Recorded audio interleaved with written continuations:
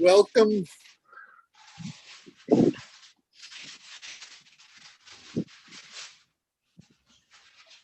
All righty, okay. All right, welcome.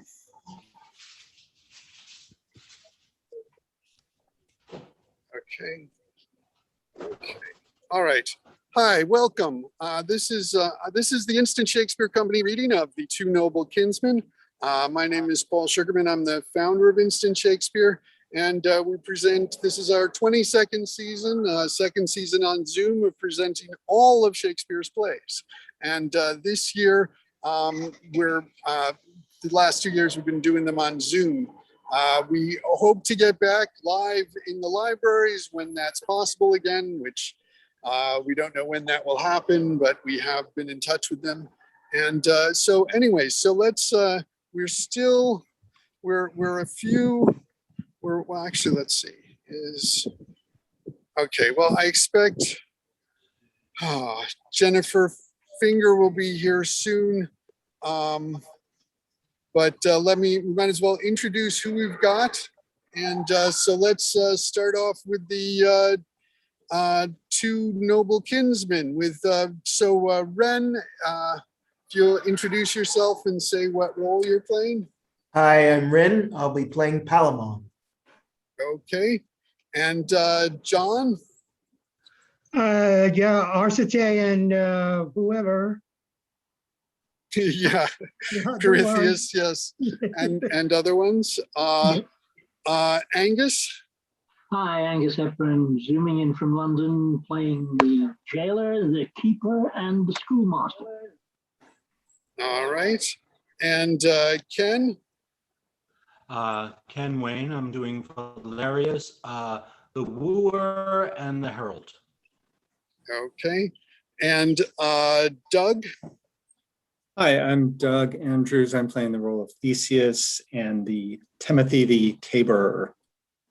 Okay. That correctly. And Barbara? I am Barbara Andrews, and I'm playing the role of Hippolyta and reading the prologue. All right. And Eleanor? I'm Eleanor Elizabeth Foreman, and I'm playing the jailer's daughter, and apparently third queen as well. Yeah. And Jackie?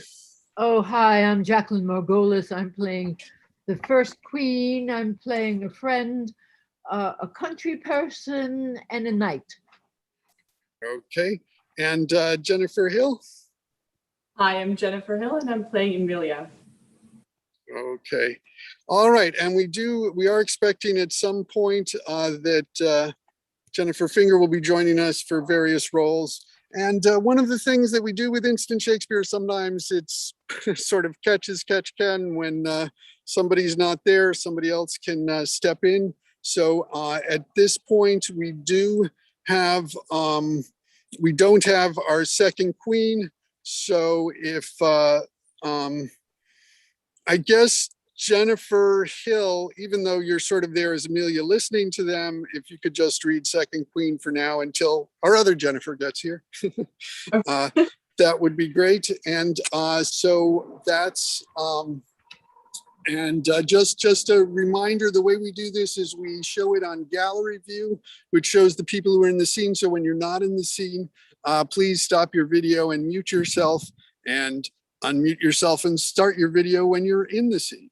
And Barbara, you got the thing that I told you, you're also reading the prologue as well, right? Or... Yes, yes. Okay. All right. So let's just dive in. And the most important thing is it's about having fun with Shakespeare. And well, actually, this is The Two Noble Kinsmen. When it was originally published in a quarto, it was actually written, it was by John Fletcher and William Shakespeare. So a lot of people think that probably Fletcher wrote more of it than Shakespeare did, but it is one of Shakespeare's plays as well. And so now have fun. And I'm sorry, one more issue before we begin. There are some songs. I know, Eleanor, you generally like to sing the songs.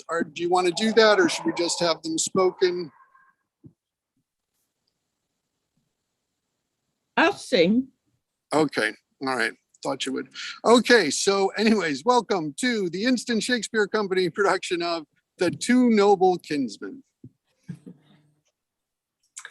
New plays and maidenheads are near akin, much followed both, from both much money gin.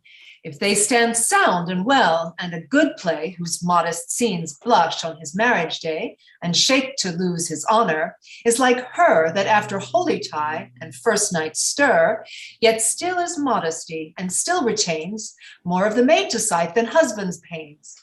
We pray our play may be so, for I am sure it has a noble breeder and a pure, a learned, and a poet never went more famous yet twixt Poe and Silver Trent.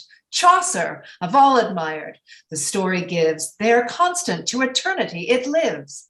If we let fall the nobleness of this, and the first sound this child hear be a hiss, how will it shake the bones of that good man and make him cry from underground, O fan? From me the whittles chafe of such a writer that blasts my bays and my famed works makes lighter than Robin Hood. This is the fear we bring, for to say truth, it were an endless thing, and too ambitious to aspire to him, weak as we are and almost breathless swim in this deep water. Do but you hold out your helping hands, and we shall take about, and something do to save us. You shall hear scenes, though below his art, may yet appear, worth 2 hours' travel. To his bones sweet sleep, content to you if this play do not keep. A little dull time from us we perceive, our losses fall so thick, we must needs leave.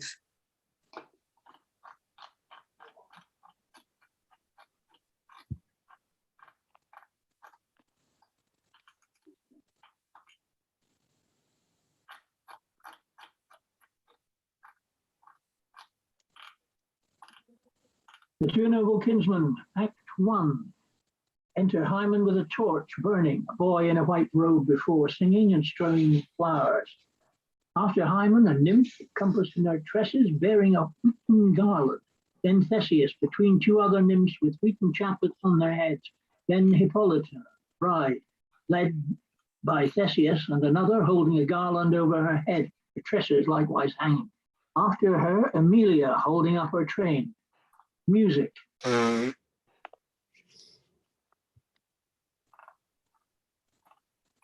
Roses, their sharp spines being gone, not royal in their smells alone, but in their hue. Maiden picks of odor faint, daisies smell less, yet most quaint, and sweet time true. Primrose, firstborn child of the merry springtime's harbinger, with her bells dim, ox lips in their cradles growing, marigolds on deathbeds blowing, larks' heels trim, all dear nature's children sweetly for bride and bridegroom's feet, blessing their sense. Not an angel of the air, bird melodious or bird fair is absent hence. The crow, the slanderous cuckoo, nor the boding raven, nor clug bee, nor chattering pie may on her bride house perch or sing, or with them any discord bring, but from it fly. 3 queens enter, dressed in black with veils stained with imperial crowns. First queen falls down at the foot of Theseus. The second queen falls down at the foot of Hippolyta. The third in front of Emilia. For pity's sake and true gentilities, hear and respect me. For your mother's sake, and as you wish your womb may thrive with fair ones, hear and respect me. Third queen. Now for the love of him whom Jove Coming. hath marked. Eleanor. Trying to find my place. Sorry. Page 5, bottom, third queen. Now for the love of him. Now for the love of him whom Jove hath marked the honor of your bed, and for the sake of clear virginity, be advocate for us and our distresses. This good deed shall raise you out of the book of trespasses. All you are set down there. That lady, rise. Stand up. No niece to me. What woman I may speak that is distressed does bind me to her. What's your request? Deliver you for all. We are 3 queens whose sovereigns fell before the wrath of cruel Creon, who endured the beaks of ravens, talons of the knights, and pecks of crows in the foul field of Thebes. He will not suffer us to burn their bones, to earn their ashes, nor to take the offense of mortal loathsomeness from the blessed eye of holy Phoebus, but infects the winds with stench of our slain lords. O pity, Duke, thou purger of the earth, draw thy feared sword that does good turns to the world. Give us the bones of our dead kings that we may shackle them, and of thy boundless goodness take some note that for our crowned heads we have no roof, save this which is the lions and the bears involved to everything. Pray you kneel not. I was transported with your speech and suffered your knees to wrong themselves.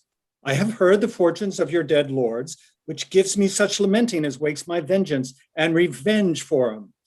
King Capaneus was your lord the day that he should marry you at such a season, and now it is with me. I met your groom. By Mars' altar you were that time fair, not Juno's mantle fairer than your tresses, nor in more bounty spread her. Your wheaten wreath was then nor threshed nor blasted.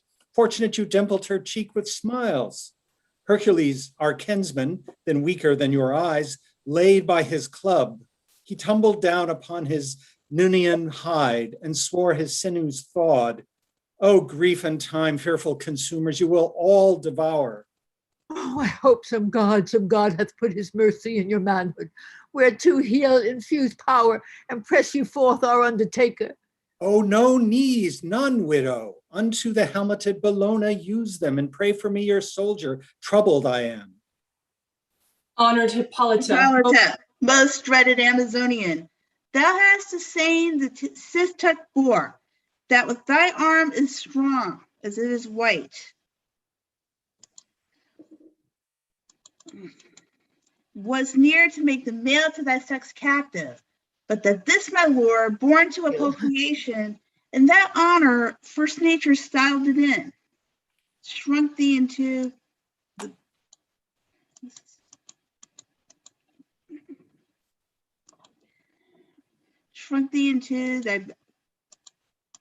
the bound thou wast overflowing, at once subduing thy force and thy affection.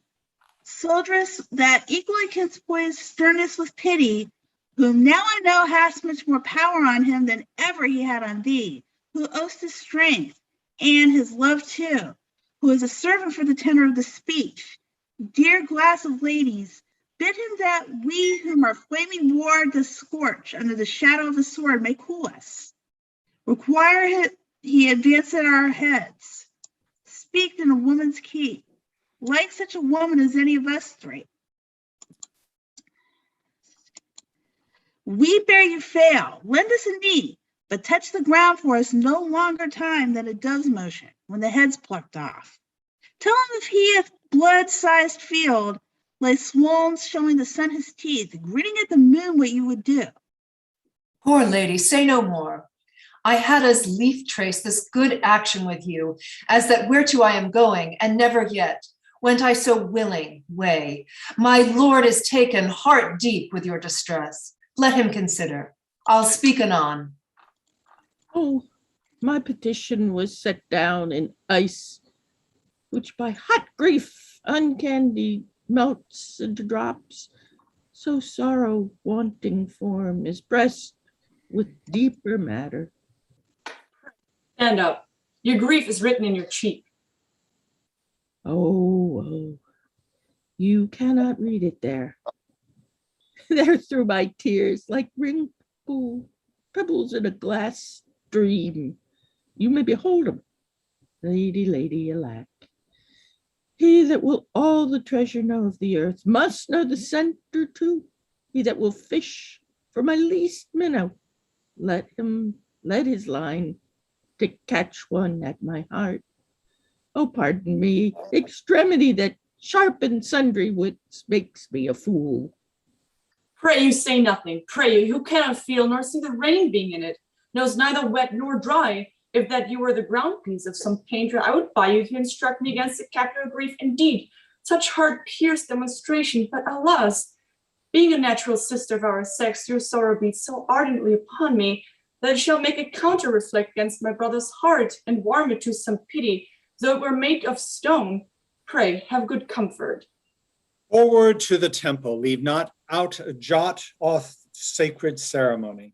Oh, this celebration will long last and be more costly than your suppliants' war. Remember that your fame knows in the care of the world what you do quickly is not done rashly.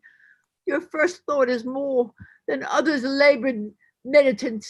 You're premeditating more than your actions, but oh Jove, your actions, soon as they move, as aspreys do the fish, subdue before they touch. Think, dear Duke, think what beds our slain kings have.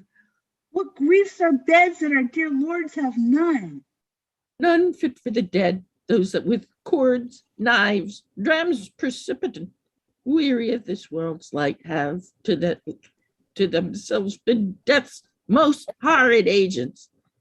Human grace affords them dust and shadow. But our lords lie blistering before the visiting sun, and we're good kings when living. It is true, and I will give you comfort to give your dead lords graves to which to do, but must make some work with Creole. And that work presents itself to the doing. Now 'twill take form, the heats are gone tomorrow. Then bootless toil must recompense itself with its own sweat. Now he's secure, not dreams we stand before your prince, wrenching our holy begging in our eyes to make petition clear. Now you may take him, drunk with his victory. And his army full of bread and sloth.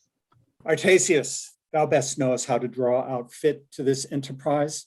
Thou primest for this proceeding and the number to carry such a business. Forth and levy our worthiest instruments while we dispatch this grand act of our life, this daring deed of fate and wedlock. Oh, dowagers, take hands. Let us be widows to our woes. Delay commends us to a famishing hope. Farewell. Well, we come unseasonably. But when could grief call forth its unpaying judgment can? It's time for best solicitation. Why, good ladies, this is a service whereto I am going, greater than any was. It more imports me than all the actions that I have foregone or futurely can cope. The more proclaiming our suit shall be neglected, where our arms able to lock Jove from a synod shall by warranting moonlight cautiously. Oh, when her twining cherry shall your sweetness fall upon thy tasteful lips, what wilt thou think of rotten kings or blubbered queens? What care for what thou feelest not, what thou feelest being able to make Mars spurn his drone? Oh, if thou couch but one night with her, every hour it will take hostage of thee for 100, and thou shalt remember nothing more than what the blanket bids thee to.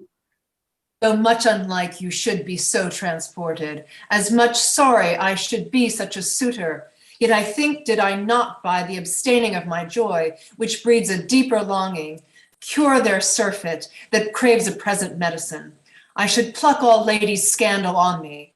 Therefore, sir, as I shall here make trial of my prayers, either presuming them to have some force, or sentencing for aye their rigored dome, prorogue this business we are going about, and hang your shield afore your heart about that neck which is my fee, and which I freely lend to do these poor queens service. Oh, help now! Our cause cries cries for thee. If you grant not my sister her petition in that force, with that celerity and nature which she makes it in, from henceforth I'll not dare to ask you anything, nor be so hardy ever to take a husband. Pray stand up. I am entreating of myself to do that which you kneel to have me. Pirithous, lead on the bride, get you and pray the gods for success and return. Omit not anything in the pretended celebration. Queens, follow your soldier as before. Hence you and at the banks of Anli meet us with the forces that you can raise. where we shall find the moiety of a number for a business more bigger looked. Since that our theme is haste, I stamp this kiss upon thy current lips, sweet. Keep it as my token. Set you forward, for I will see you gone. The exit Farewell, the my, temple. oh, sorry. The exit towards the temple. Farewell, my beauteous sister. Pirithous, keep the feast full, bate not an hour on it. Sure, I'll follow at your heels. The feast solemnity shall want till your return. Cousin, I charge you, budge not from Athens. We shall be returning ere you can end this feast, of which I pray you make no abatement once more. Farewell, all. Oh, thus dost thou still make good the tongue to the world. An earnest deity equaleth Mars. If not above him. For thou, being but mortal, makes affections bend to godlike honors.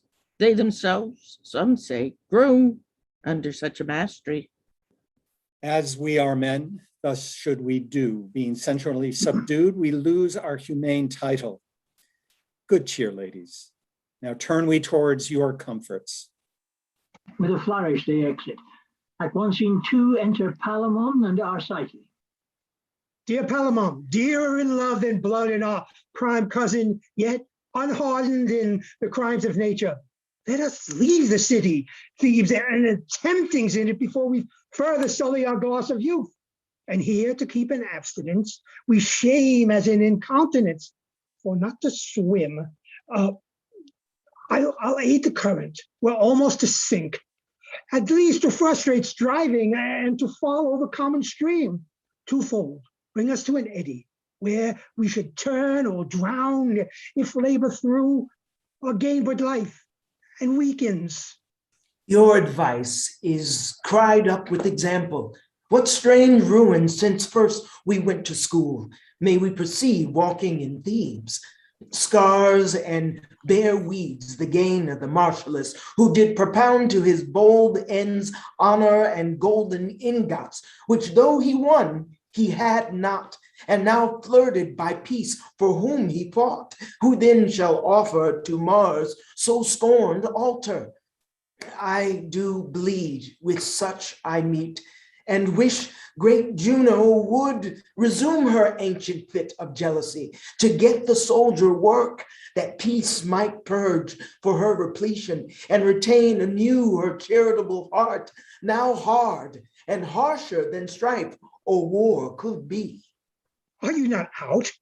Meet you no room but the soldier in the cranks and turns of Thebes? You did begin as if you met delicacies of many kinds. Perceive you none that do arouse your pity for the unconsidered soldier? Yes, I pity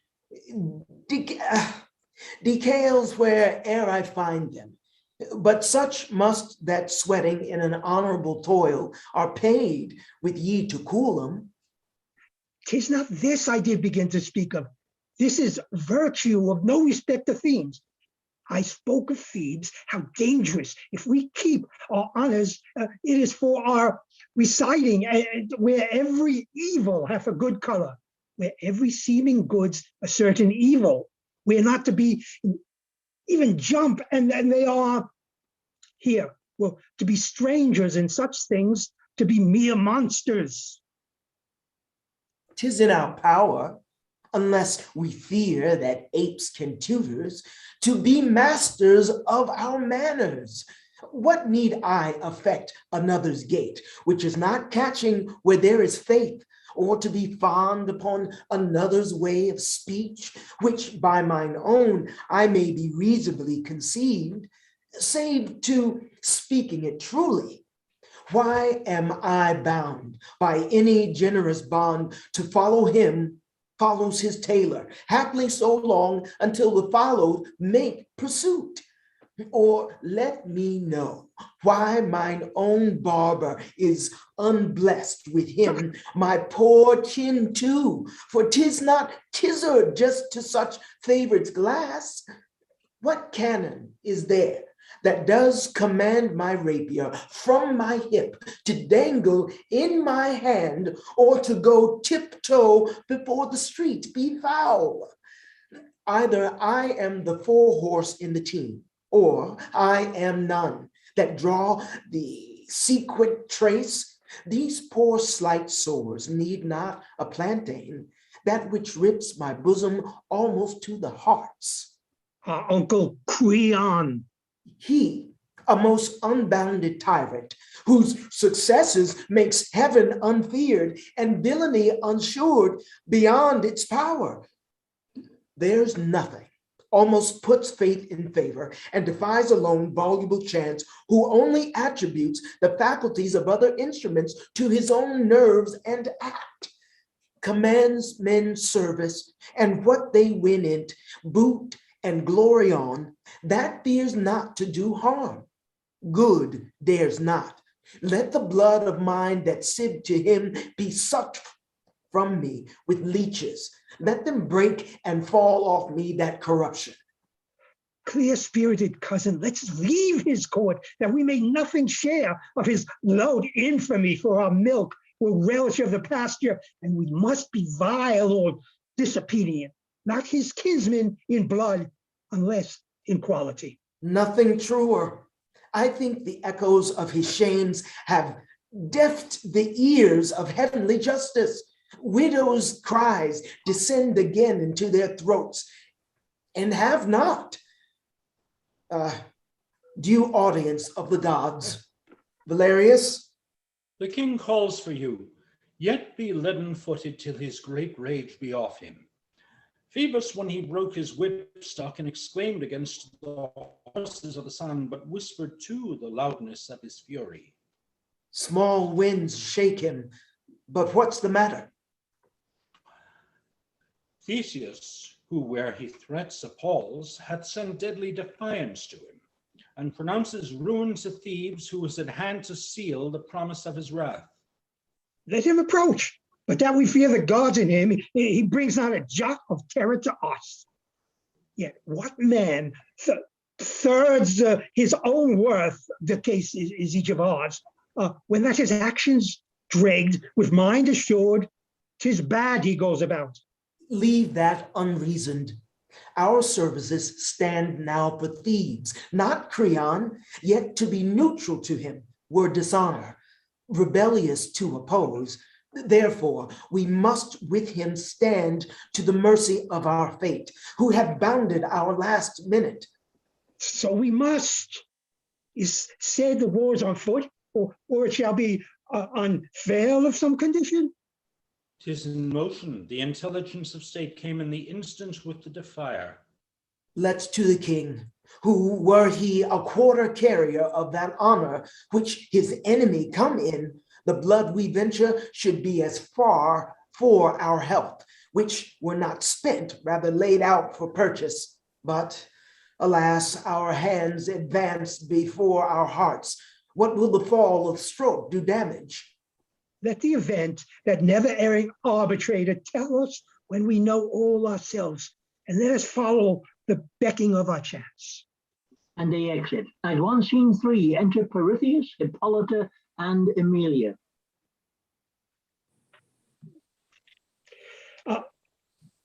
No further. Sir, farewell. Repeat my wishes to our great Lord, of whose success I dare not make any timorous question. Yet I wish him excess and overflow of power, and it might be to dure ill-dealing fortune. Speed to him. Store never hurts good governors. Though I know his ocean needs not my poor drops, yet they must yield their tribute there. My precious maid, those best affection that the heavens infuse in their best tempered pieces, keep enthroned in your dear heart. Thanks, sir. Remember me to our all-royal brother, for whose speed the great Bellona as solace. And since in our terrain state petitions are not without gifts understood, I'll offer to her what I shall be advised she likes. Our hearts are in his army, in his tent. In his bosom, we have been soldiers, and we cannot weep when our friends don their helms or put to sea, or tell of babes broached on the lance, or women that have sawed their infants in, and after ate them, the brine they wept at killing them, then if you stay to see of us such spinsters, we should hold you here forever. Peace be to you, as I pursue this war which shall be then beyond further requiring. Brithius exits. How his longing follows his friend. Since his depart, his sports, though craving seriousness and skill, passed lightly his careless execution, where no gain made him regard or loss consider, but playing or business in his hand, another directing in his head, his mind, nurse equal to these so differing twins. Have you observed him since our great Lord departed? With much labor, and I did love him for't. They too have cabined in many dangerous situations, as poor a corner, peril and want contending. They have skiffed torrents whose roaring tyranny and power in the least of these was dreadful, and they have fought out together, where death's self was lodged, yet faith have brought them off. Their knot of love tied, weaved, entangled with so true, so long, and with a finger of so deep a cunning, may be outworn, never undone. I think Theseus cannot be umpire to himself, cleaving his conscience into twain, and doing each side like justice, which he loves best. Doubtless, there is a best, and reason has no manners to say it is not you. I was acquainted once with a time, I enjoyed a playfellow. You were at wars when she the grave enriched, who made too proud the bed, took leave of the moon, which then looked pale at parting, when our account was each 11. 'Twas Flavia. Yes. You talk of Pyratus and Theseus' love. Theirs has more ground, is more maturely seasoned, more buckled with strong judgment and their needs. The one of the other may be said to water their intertangled roots of love. But I and she, I sigh and spoke of, were things innocent. Love for we did, and like the elements that know not what nor why, yet do affect rare issues by the operance. Our souls did so to one another. What she liked was then of me approved, but not condemned, no more arraignment. The flower that I would pluck and put between my breasts, oh, then but beginning to swell but the blossom, she would long till she had such another, and committed to the like innocent cradle, where phoenix-like they did in perfume. On my head no toy, but was her pattern, her affections, pretty though haply, her careless where I followed from my most serious decking, had mine ears stolen some new air, or adventure hummed on from musical coinage. Why it was a note whereon her spirits would sojourn, rather dwell on, and sing it in her slumbers. This rehearsal, which fury innocent would well, comes in like old importance bastard at this end, that a true love between maid and maid may be more than in sex individual. Your aunt of breath, and this high-speeded pace is but to say that you shall never, like the maid Flavina, love any that is called man. I'm sure I shall not. Now, alack, weak sister, I must no more believe thee in this point, though in it I know thou dost believe thyself. Then I will trust a sickly appetite that loathes even as it longs. But sure, my sister, if I were ripe for your persuasion, you have said enough to shake me from the arm of the all-noble Theseus, for whose fortunes I will now in, and kneel with great assurance that we, more than his Pirithous, possess the high throne in his heart. I'm not against your faith, yet I continue mine. To thee no star be dark. Both heaven and earth friend thee forever. All the good that may be wished upon thy head, I cry amen to. The impartial gods, who from the mounted heavens view us, their mortal herd, behold who err, and in their time chastise. Go and find the bones of your dead lords, and honor them with treble ceremony. Rather than a gap should be in their dear rights, we would supply it. But those we will depute, which shall invest in your dignities, and even each thing our haste does leave imperfect. So adieu, and heaven's good eyes look on you. What are those? The Queen's exit. Men of great quality, as may be judged by their appointment, some of Thebes have told. Some have told they are sisters' children, nephews to the king.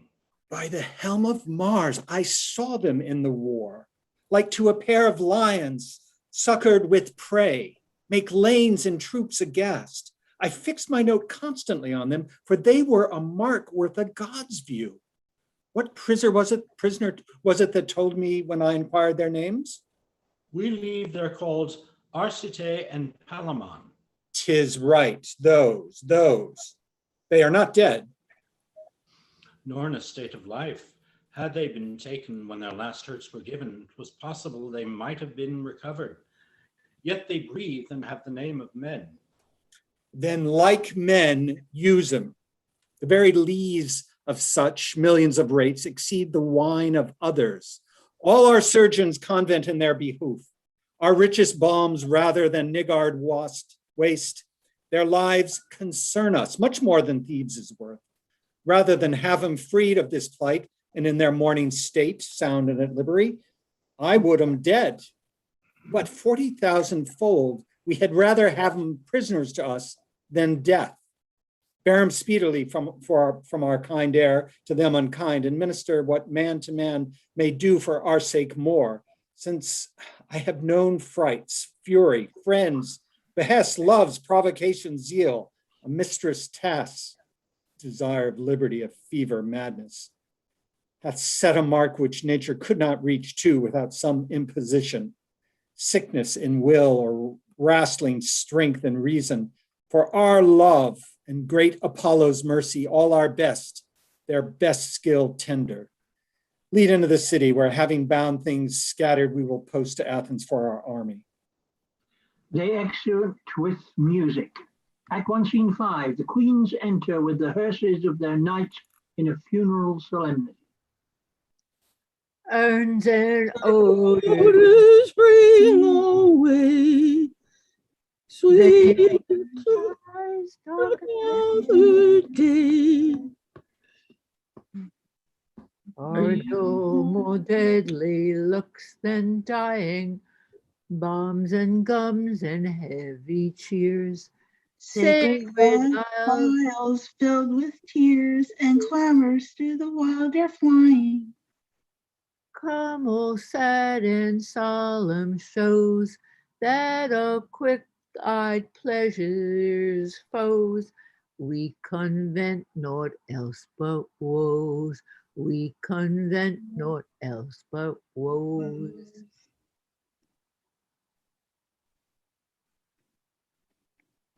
Act 2, Scene 1. Enter the jailer and a wooer. I may depart with little while I live. Something I may cost to you, not much. Alas, the prison I keep, though it be for great ones, yet they seldom come. Before one Solomon they shall take a number of minnows. I am given out to be better lined than it can appear. To me, report is a true speaker. Would I were really that I am delivered to be. Marry, what I have, be it what it will, I will assure upon my daughter at the day of my death. Sir, I demand no more than your own offer, and I will estate your daughter in what I have promised. Well, we will take more of this when the solemnity is past. But have you a promise of her? When that shall be seen, I tender my consent. I have, sir. Here she comes. Your friend and I have chanced to name you here upon the old business. But no more of that. Now, so soon as the court hurry is over, we will have an end of it. In the meantime, look tenderly to the two prisoners. I can tell you they are prisoners. Princes. These strings are for their chamber.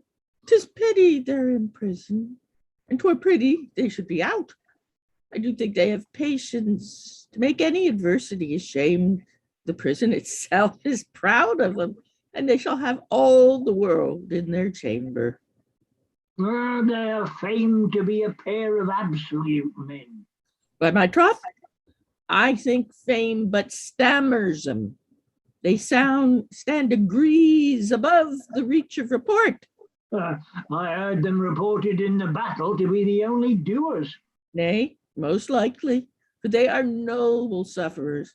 I marvel how they would have looked had they been victors, that with such a constant ability enforce a freedom out of bondage, making misery their mirth and affliction a toy to jest at.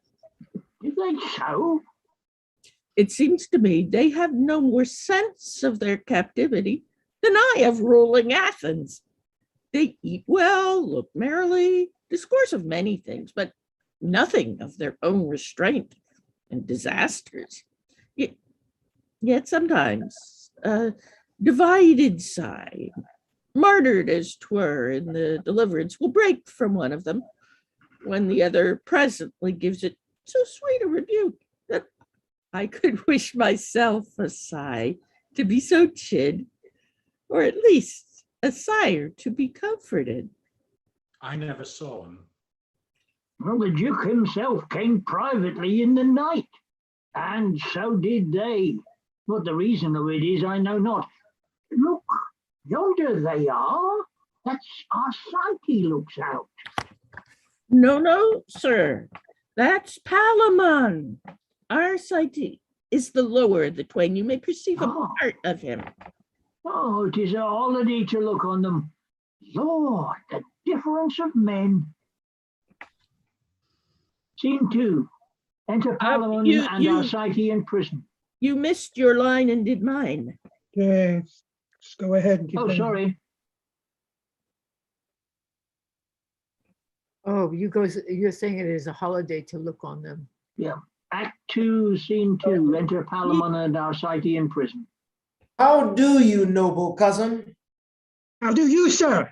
Why, strong enough to laugh at misery and bear the chance of war yet. We are prisoners, I fear, forever, cousin. I believe it. And to that destiny have patiently laid up my hour to come. Oh, cousin Arcite, where is Thebes now? Where is our noble country? Where are our friends and kindreds? Nevermore must we behold those comforts, never see the hardy youths strive for the games of honor, hung with the painted favors of their ladies, like all tall ships under sail, then starting mongst them, and as an east wind leave them all behind us, like lazy clouds, whilst Palamon and Arcite, even in the wagging of a wanton leg, outstrip the people's praises, won the garlands, ere they have time to wish them ours. Never shall we two exercise like twins of honor our arms again, and feel our fiery horses like proud seas under us.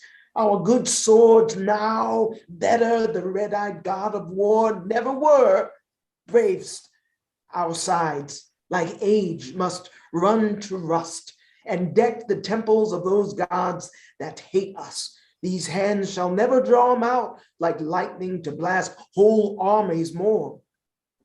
No, Palamon. Those hopes are prisoners with us. Here we are, and here the graces of our youth must wither like a too timely spring. Here age must find us. And which is heaviest, Palamon, unmarried, the sweet embraces of a loving wife, loaded with kisses armed with 1,000 Cupids shall never clasp our necks. No issue know us, no figures of ourselves shall we ever see. To glad our age and like young eagles, to teach them boldly to gaze against the bright arms and say, remember what your fathers were, and conquer. The fair-eyed maids shall weep our banishments, and in their songs curse ever blinded fortune. Till she for shame see what a wrong she has done to youth and nature. This is all our world. We shall know nothing here but one another. Hear nothing but the clock that tells our woes. The vine shall grow, but we shall never see it. Just summer shall come in with all her delights, but dead cold winter must inhabit here still. 'Tis too true, Arcite, to our Theban hounds that shook the age forest with their echoes. No more now must we holler, No more shake our pointed javelins whilst the angry swine flies like a Parthian quiver from our rages, struck with our whale steel darts. All valiant uses, the food and nourishment of noble minds in us to hear shall perish. We shall die, which is the curse of honor. Lastly, children of grief and ignorance. Yet, cousin, even from the bottom of these miseries, from all that fortune can inflict upon us, I see two comforts rising, two mere blessings. If the gods please to hold here a brave patience and the enjoying our griefs together, whilst Palamon is with me, let me perish if I think this our prison. Certainly, 'tis a main goodness, cousin, that our fortunes were twinned together. 'Tis most true. Two souls put in two noble bodies, let them suffer the gall of hazard, so they grow together. Will never sink, they must not, they could not. A willing man dies seeping and all's done. Shall we make worthy uses of this place that all men hate so much? How, gentle cousin? Let's think this prison holy sanctuary to keep us from corruption of worse men. We are young and yet desire the ways of honor, that liberty and common conversation, the poison of pure spirits, might like women woo us to wander from. What worthy blessing can be but our imaginations may make it ours, and here being thus together, we are an endless mind to one another. We are one another's wife, ever begetting new births of love. We are father, friends, and acquaintance. We are in one another, families. I am yours here, and this place is our inheritance. No hard oppressor does take this from us. Here with a little patience, we shall live long and loving. No surfeit shake us, the hand of war hurts none here, nor the sea swallow the heath. Were we at liberty, a wife might part us lawfully, or business, quarrels consume us, envy of ill men crave our acquaintance. I might sicken, cousin, where you should never know it, and so perish without your noble hand to close mine eyes. Or prayers to the gods 1,000 chances when we were from hence would sever us. You have made me, I thank you, cousin Arcite, almost wanton with my captivity. What a misery it is to live abroad and everywhere. 'Tis like a beast, methinks.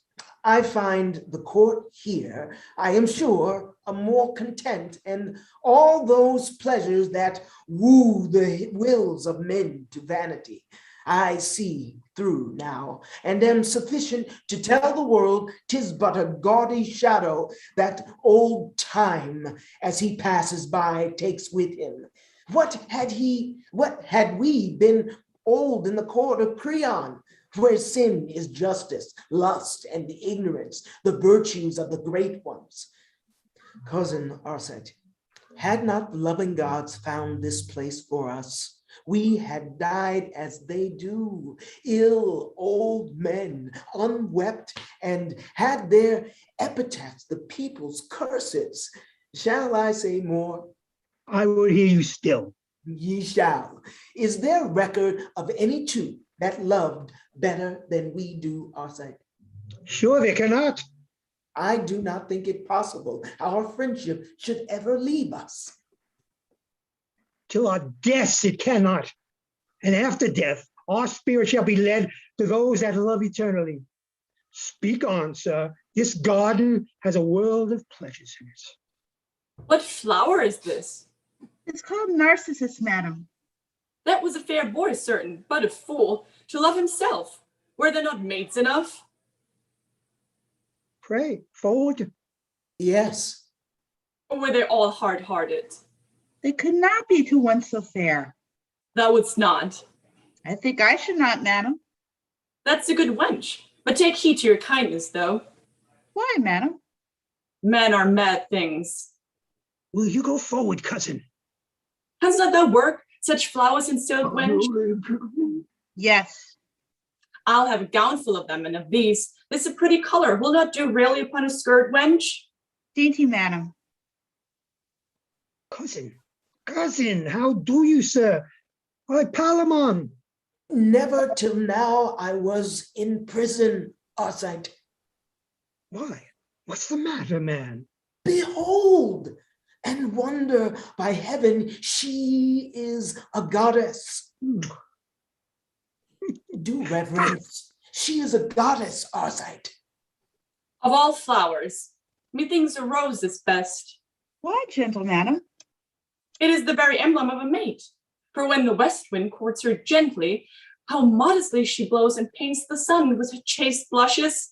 When the north wind comes near her, rude and impatient, and like chastity, she locks her beauties in her bud again, and leave him to base briars.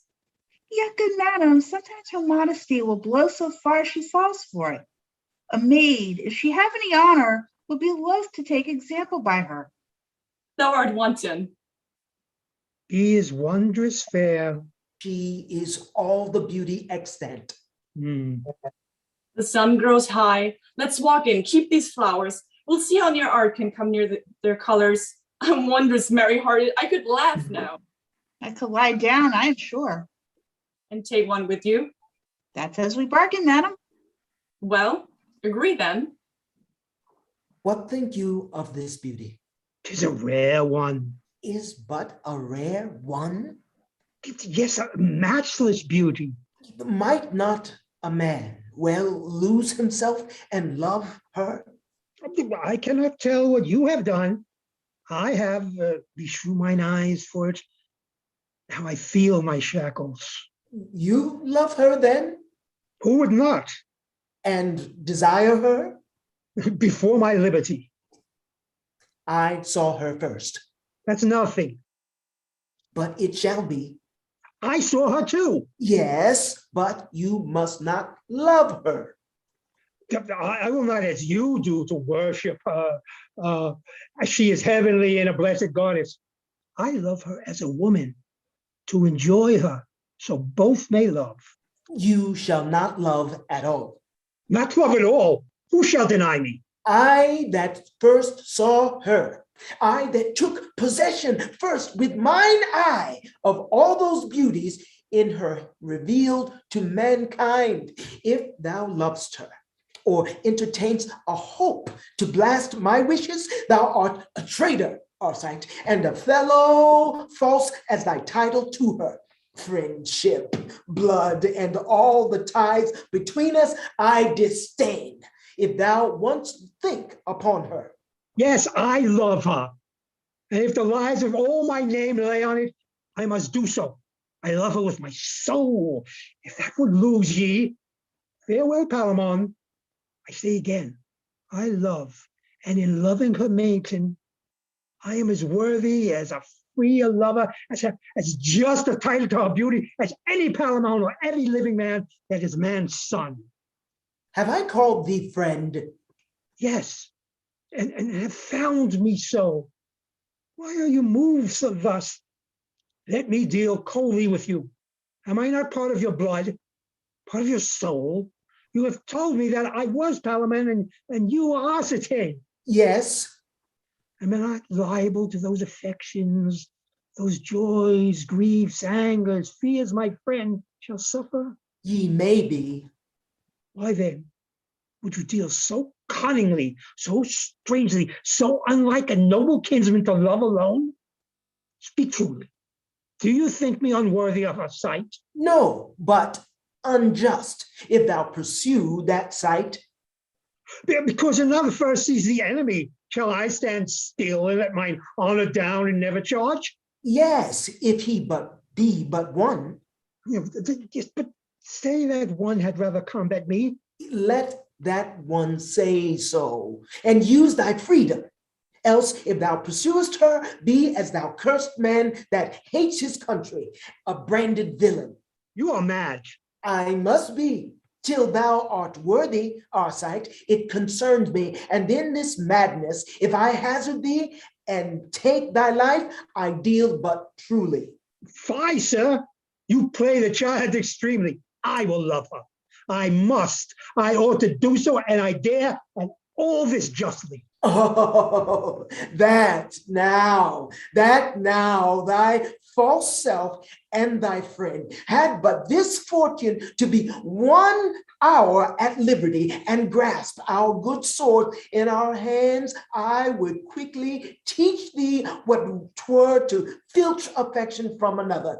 Thou art baser in it than a cutpurse. Put but thy head out of this window more, and as I have a soul, I'll nail thy life to't. Thou darest not, fool. Thou canst not. Thou art feeble. Put my head out, I'll throw my body out and leave the garden when I see her next.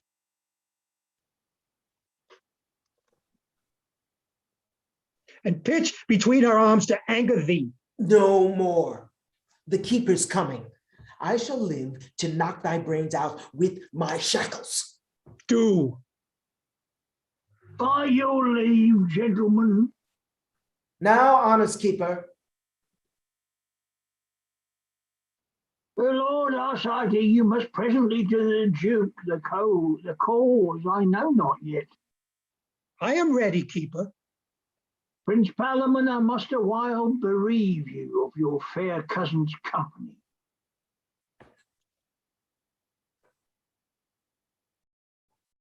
Even when you please of life, and me too, even when you please of life, why is he sent for? It may be he shall marry her. He's goodly, and like enough the Duke hath taken notice both of his blood and body, but his falsehood. Why should a friend be treacherous? If that get him a wife so noble and so fair, let honest men ne'er love again. Once more I would but see this fair one. Blessed garden and fruit and flowers more blessed that till still blossom as her bright eyes shine on ye. Would I were for all the fortune of my life hereafter yon little tree, yon blooming apricot. How I would spread and fling my wanton arms in at her window. I would bring her fruit fit for the gods to feed on. Youth and pleasure still as she tasted should be doubled on her. And if she be not heavenly, I would make her so near the gods in nature, they should fear her. And then I am sure she would love me. How now, keeper? Where's Arcite? Banished, Prince Perithous, obtained his liberty, but never more upon his oath and life must he set foot upon this kingdom. He's a blessed man. He shall see Thebes again and call to arms the bold young men that when he bids them charge, fall on like fire.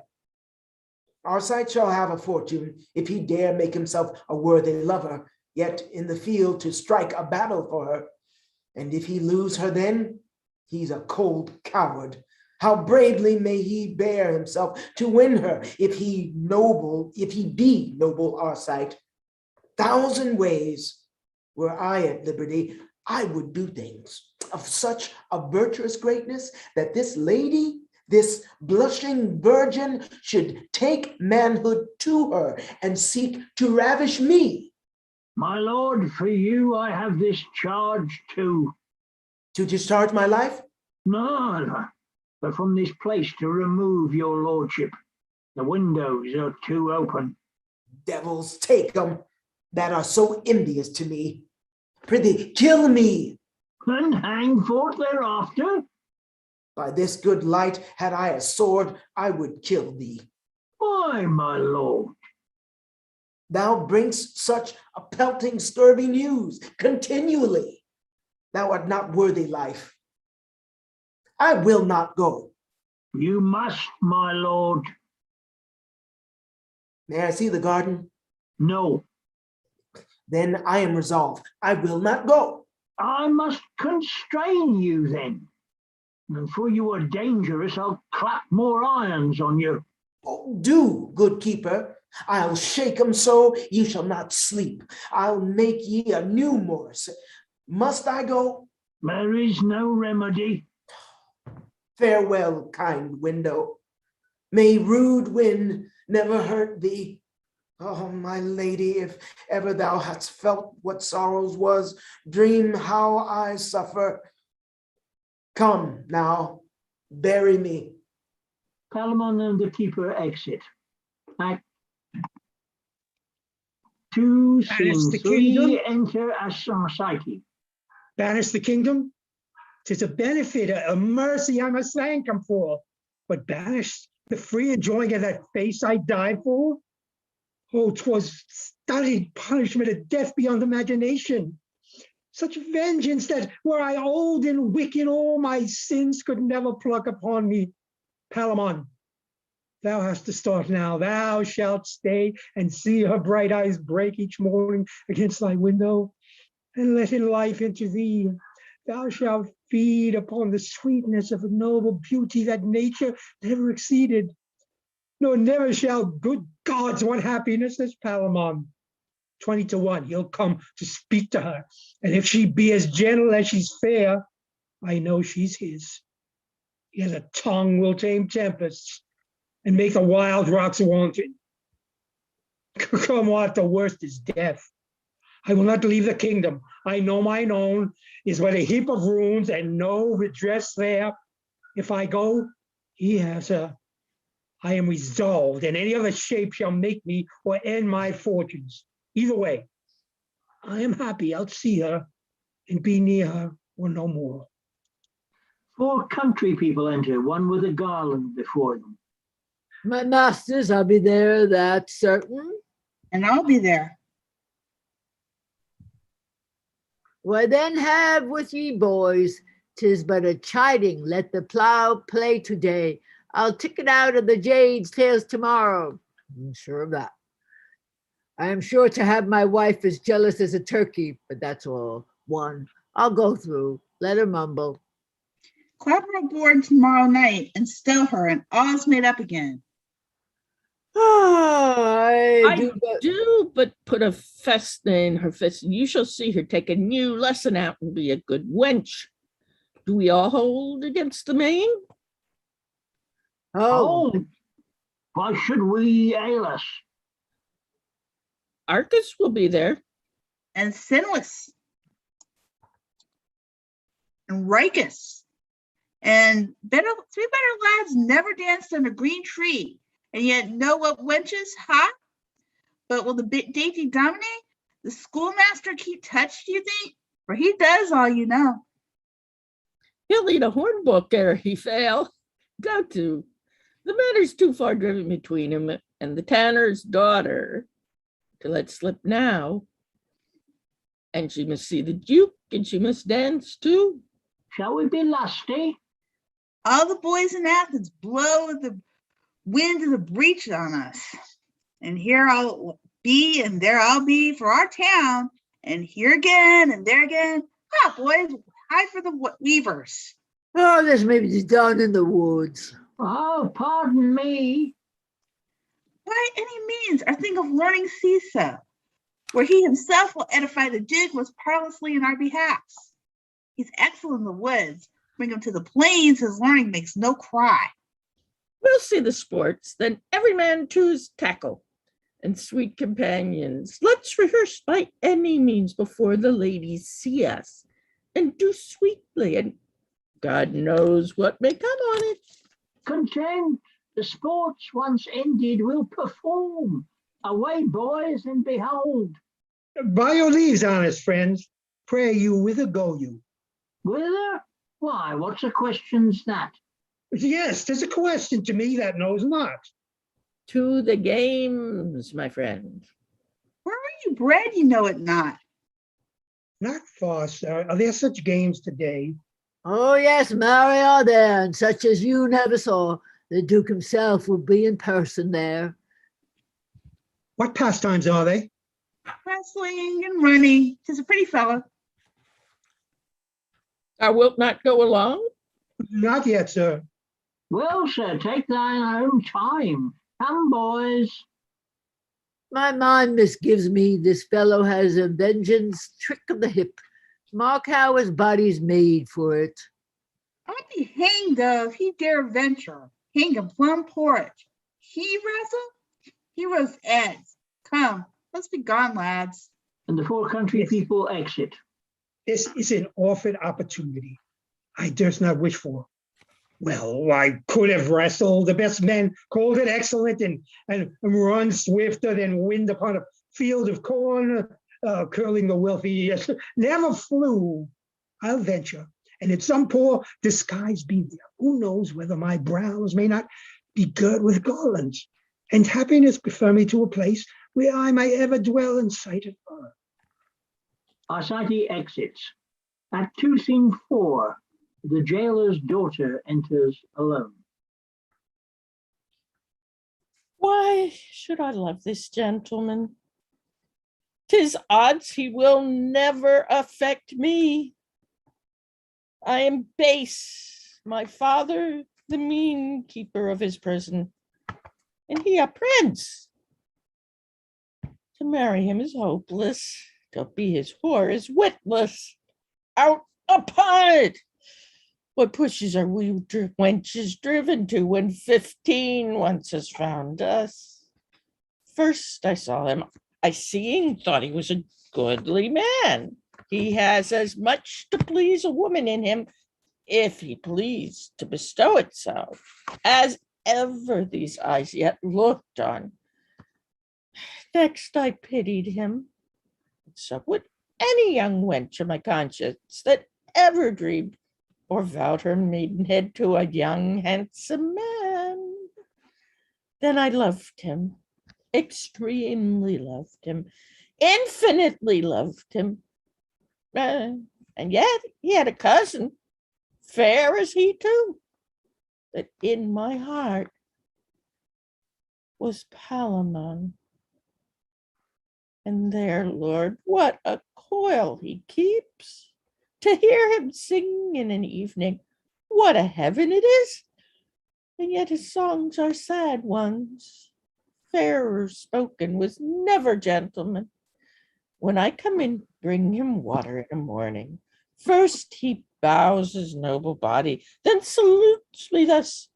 Fair, gentle maid, good morrow. May thy goodness get thee a happy husband. Once he kissed me. I loved my lips the better 10 days after. Would he would do so every day. He grieves much, and me as much to see his misery. What should I do to make him know I love him? For I would fain enjoy him. Say I ventured to set him free. What says the law then? Thus much for law or kindred, I will do it. And this night or tomorrow, he shall love me. And the jailer's daughter exits. Act 2, Scene 5. Theseus, Hippolyta, Pirithous, Emilia enter and Arcite with a garland. There's a short flourish of cornets and shouts within. You have done worthily. I have not seen since Hercules a man of tougher sinews. Whate'er you are, you run the best and wrestle that these times can allow. I am proud to please you. What country bred you? This, but far off, Prince. Are you a gentleman? My father said so, and to those gentle uses gave me life. Are you his heir? His youngest, sir. Your father sure is a happy sire then. What proves you? A little of all the noble qualities. I could have kept a hawk and well have hollered to a deep cry of dogs. I dare not praise my feat in horsemanship, yet they that knew me would say that I was my best piece, last and greatest. I would be thought a soldier. You are perfect. Upon my soul, a proper man. He is so. How do you like him, lady? I admire him. I have not seen so young a man, so noble, if he say true, of his sort. Believe his mother was a wondrous handsome woman. His face, methinks, goes that way. But his body and fiery mind illustrate a brave father. Mark how his virtue like a hidden sun breaks through his baser garments. He's well got sure. What made you seek this place, sir? Noble Theseus, to purchase name and do my ablest service to such a well-found wonder as thy worth. For only in thy court, for all the world dwells fair-eyed honor. All his words are worthy. Sir, we are much indebted to your travail, nor shall you lose your wish. Perithous, dispose of this fair gentleman. Thanks, Theseus. Whate'er you are mine. I shall give you to a most noble servant, to this lady, this bright young virgin. Pray observe her goodness. You have honored her fair birthday with your virtues, and as you do, here's kiss her fair hand, sir. Sir, you are a noble giver, dearest beauty. Thus, let me seal my vowed faith. When your servant, your most unworthy creature, but offends you, command him, die, and he shall. That were too cruel. If you deserve well, sir, I shall soon see it. You're mine, and someone better than your rank, I'll use you. I'll see you furnished, and because you say you are a horseman, I must needs entreat you that after this to ride, but 'tis a rough one. I like him better. Prince, I shall not then freeze in my saddle. Sweet, you must be ready, and you, Amelia, and you, friend, and all tomorrow by the sun to do observance to flowery May in Dian's wood. Wait well, sir, upon your mistress. Emily, I hope he shall not go afoot. That were a shame, sir. While I have horses, take your choice in what you want at any time. Let me but know it. If you serve faithfully, I dare assure you, you'll find a loving mistress. If I do not, let me find that my father ever hated disgrace and blows. Go, lead the way, you have won it. It shall be so, you shall receive all dues fit for the honor you have won. For wrong else, sister, beshrew my heart, you have a servant that if I were a woman would be master, but you are wise. I hope too wise for that, sir. And they exit. Act 2, Scene 6, enter the jailer's daughter alone.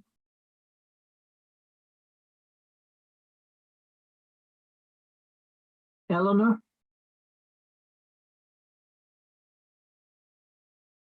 Eleanor?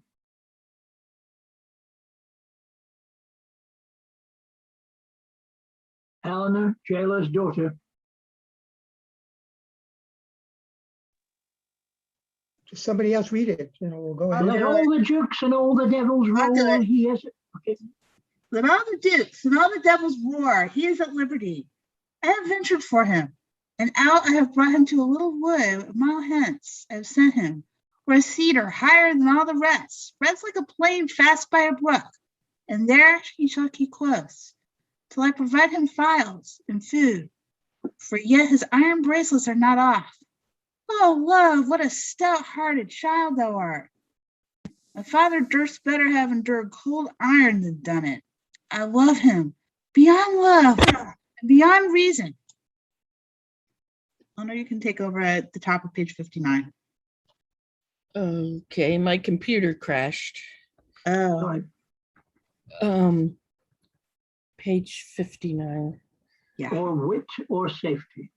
Or wit or safety. I've made him know it.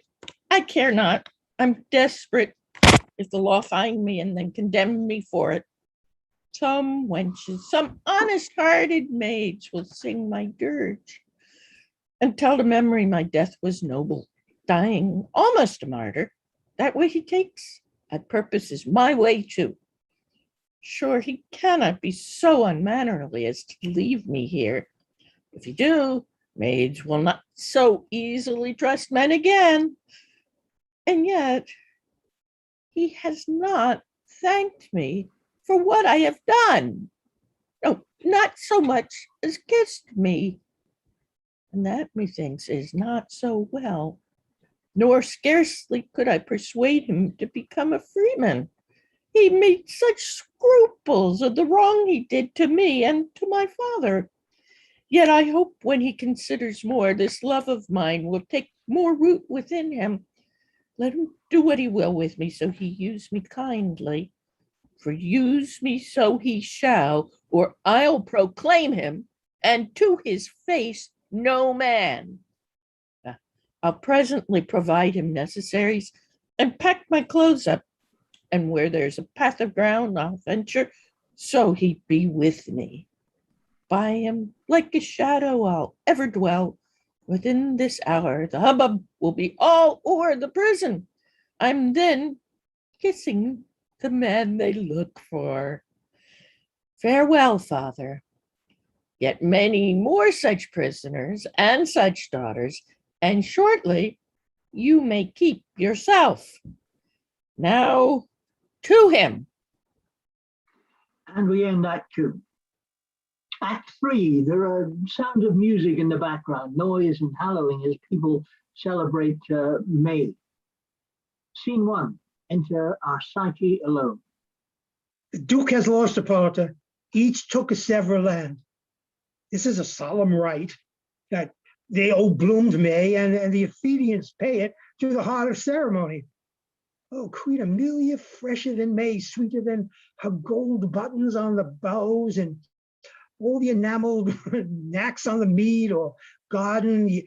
Yea, we challenge too the bank of any nymph that makes the stream seem flowers.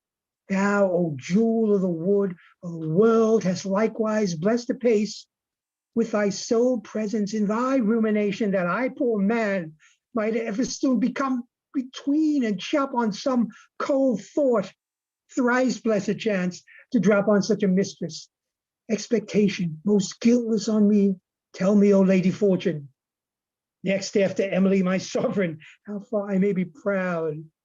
She takes strong note of me, hath made me near her, and this beauteous morn, this primmest of all the year, presents me with a brace of horses.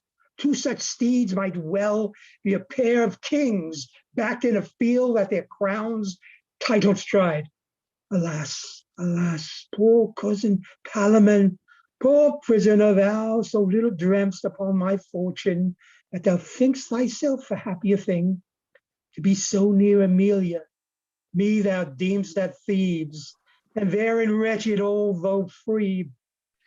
But if thou knewest my mistress breathed on me, and that I eared her language, lived in her eye, oh, cuz, what passion would enclose thee?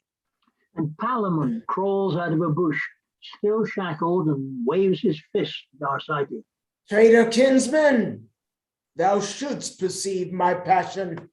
If these signs of imprisonment were off me, and this hand but owner of a sword, by all oaths in one, I and the justice of my love would make thee a confessed traitor.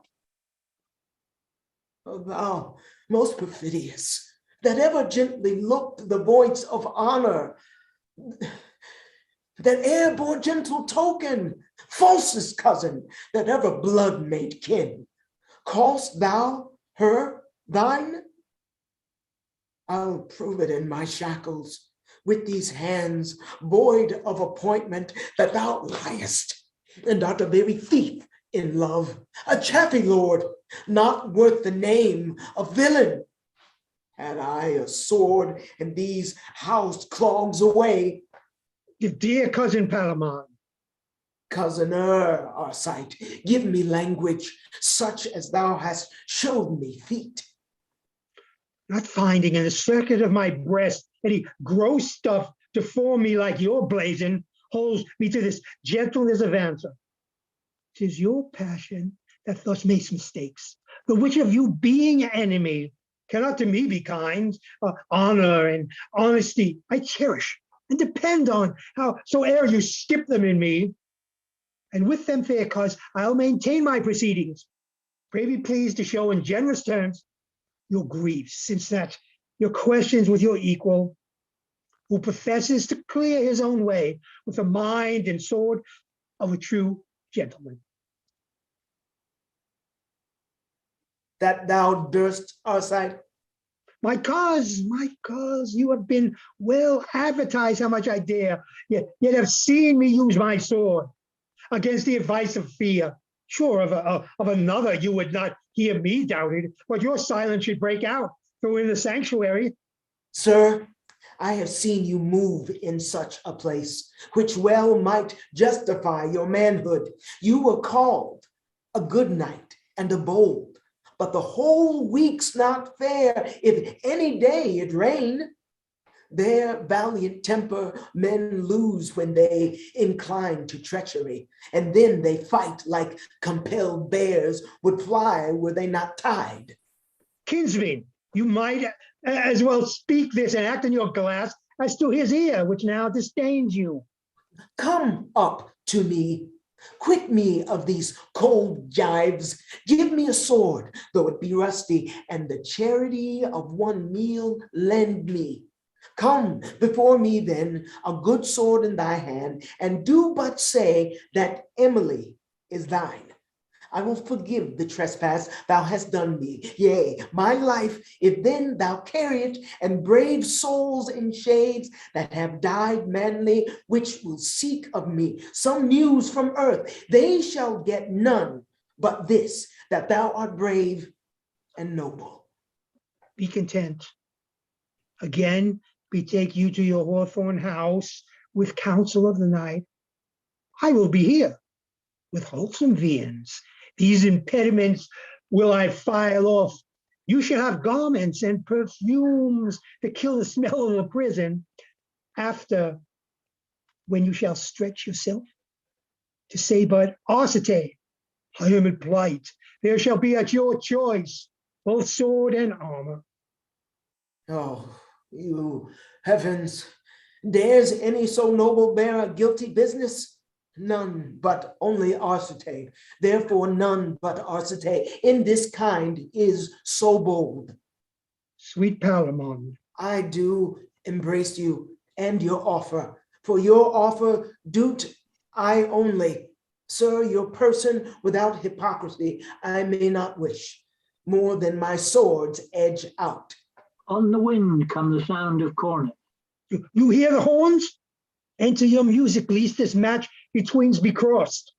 Ere met, give me your hand. Farewell, I'll bring you every needful thing. I pray you, take comfort and be strong. Pray, hold your promise, and do the deed with a bent brow. Most certain you love me not. Be rough with me and pour this oil out of your language. By this air I could for each word give a cuff.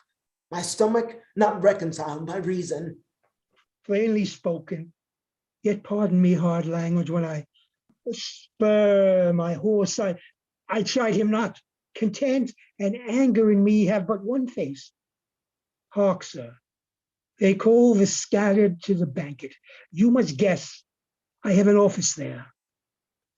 Sir, your attendance cannot please heaven, and I know your office unjustly is achieved. If a good title, I am persuaded this question, sick between us, by bleeding must I be cured, I am a suitor. That to your sword, you will bequeath this plea and talk of it no more. But this one word, you are going now to gaze upon my mistress, for note you, mine she is.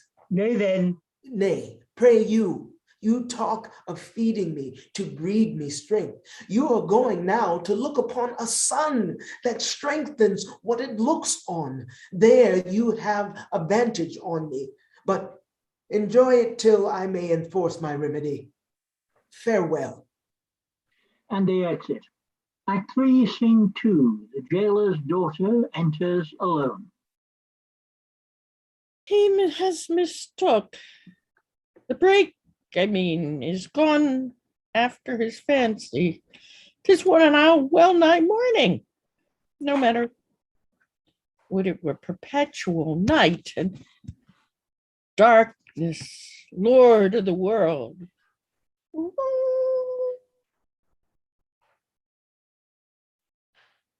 Hark! 'Tis a wolf. In me hath grief slain fear. And but for one thing I care for nothing, and that's Palamon. I recked not if the wolves would jaw me. So he had this file. What if I hallooed for him? I cannot hallow. If I whooped, what then? If he not answered, I should call a wolf and do him but that service. I've heard strange howls this livelong night. Why may it not be they have made prey of him?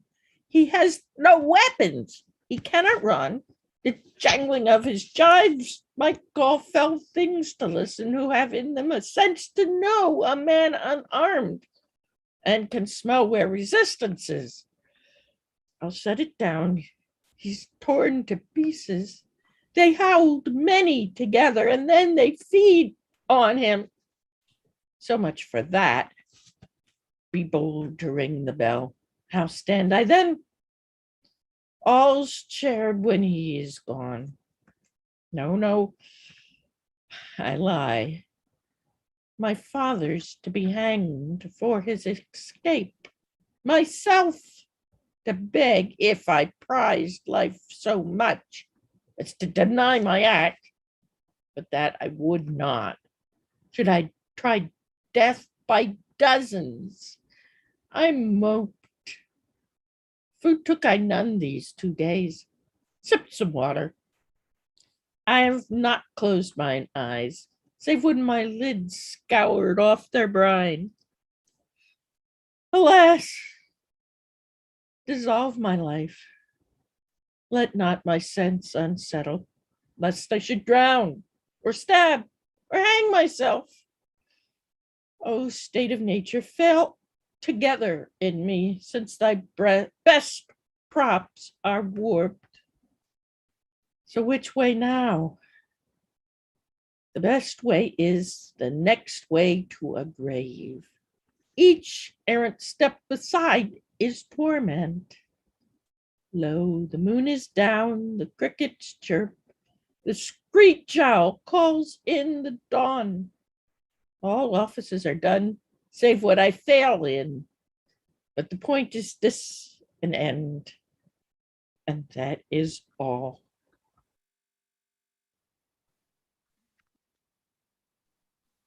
And the jailer's daughter exits. Act 3, Scene 3. Our Psyche enters with meat, wine, and files, closely followed by Palamon. I should be near the place. Ho, cousin Palamon. Auste, The same. I have brought you food and files. Come forth and fear not. Here's no Theseus. not none so honest, Auste. That's no matter. Well, I'll argue that hereafter. Come, take courage. You shall not die thus beastly. Here, sir, drink. I know you are faint, and then I'll talk further with you.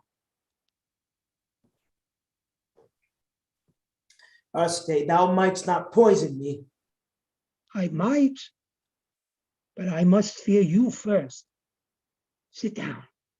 And good, no more of these vain parleys. Let us not, having our ancient reputation with us, make talk for fools or cowards. To your health, sir, and etc. Do. Pray, sit down then. And let me entreat you by all honesty and honor in you. No mention of this woman will disturb us.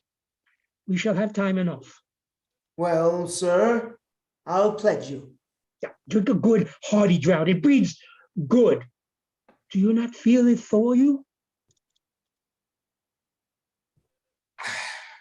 Stay, I'll tell you after a draught or two more. Spare it not. The Duke has more. Cuz, eat now. Yes, I am glad you have so good a stomach. I am gladder. I have so good meat too. Is it not mad lodging here in this wild woods, cousin? Yes, for them that have wild consciences. How taste your victuals? Your hunger needs no sauce? Not much, but if it did, yours is too tart. Sweet cousin, what's this? Venison. It is a lusty meat. Give me more wine. Here, Arcite, to the wenches we have known in our days, the Lord Steward's daughter. Do you remember her? Oh, after you, cuz. She loved a black-haired man. She did so well, sir. And I have heard some call him Arcite, and out with the faith. She met him in an arbor. What did she there, cuz? Play of the virginals? Yeah, something she did, sir. Made her groan a month or two or three or 10. The marshal's sister. Mm. Had her share too, as I remember, cousin. Else there be tales abroad. You'll pledge her. Yes. A pretty brown wench 'tis. There was a time when young men went a hunting, and a wood and a broad beach. There hangs a tale, I ho. Poor Emily. Upon my life, fool away with this strange birth. I say again, that sigh was breathed for Emily. Base cousin, darest thou break first? You are wide. By heaven and earth, there's nothing in thee honest. Then I'll leave you. You are a beast now. As thou makest me, traitor. There's all things needful, vials and shirt, and Pevy, come again some 2 hours hence, and bring that all shall be quiet all. A sword and armor. Fear me not. You are now too foul. Farewell. Get all your trinkets. You shall want naught. Sir, I'll hear no more. If he keep touch, he dies for it. And they exit. Act 3, Scene 4, the jailer's daughter enters alone. I'm very cold, and all the stars are out too. The little stars and all that look like aglets. The sun has seen my folly. Palamon. Alas, no, he's in heaven. Where am I now? Yonder's the sea, and there's a ship. How it tumbles, and there's a rock lies watching underwater. Now it beats upon it. Now. There's a leap sprung, a sound one. How they cry. Upon her before the wind, you'll lose all else. Up with a course or two, and tack about, boys. Good night, you're gone. I am very hungry. Would I could find a fine frog, he would tell me news from all parts of the world. Then would I make a carrack of a cockle shell, and sail by east and northeast to the king of pygmies, for he tells fortunes rarely. Now my father, 20-1, is trussed up in a trice. Tomorrow morning I'll never say a word, for I'll cut my green coat a foot above my knee, and I'll clip my yellow locks an inch below mine eye. Hey, nanny, nanny, nanny, he's by me a white cart for to ride, and I'll go seek him through the world that is so wide. Hey, nanny, nanny, nanny. Oh, for a prick now like a nightingale to put my breast against. I shall sleep like a top otherwise. And the jailer's daughter exits. Act 3, Scene 5. A schoolmaster enters, together with 4 countrymen, gone 2 or 3 wenches with a tabourer. Hi, what tediosity, what disincentives here among you. Have my rudiments been laboured so long with you? Milked unto ye, and by a figure even the very plum broth and marrow of my understanding laid upon you. And do you still cry where and how and wherefore? You must course freeze Saturdays, judgments. Have I said thus let be, and there let be, and then let be, and no one understand me? Pro diem medius filius. You're all dunces. So why here stand I? Oh, here the Duke comes. There are you close in the thicket. The Duke appears. I meet him, and unto him I utter learned things and many figures. He hears and nods and hums, and then cries, rare, and I go forward. At length I fling my cap up, mark there. Then do you as once did Meleandra and the boar, they come out before him like true lovers. Cast yourselves the body decently and sweetly by a figure trace, and turn, boys. And sweetly we'll do it, Master Gerard. Draw up the company. Where's the tabourer? My Timothy, Here, my mad boys, have at ye. well, I say, where's their women? Here's Fats and Maudlin, And little Liz with the white legs and bouncing barberry. and freckled Nell that never failed her master. Where be your ribbons made? Swim with your bodies and carry it sweetly and deliberately, and now and then the favor and the frisk. Oh, let us alone, sir. Where's the rest of the music? Dispersed as you commanded.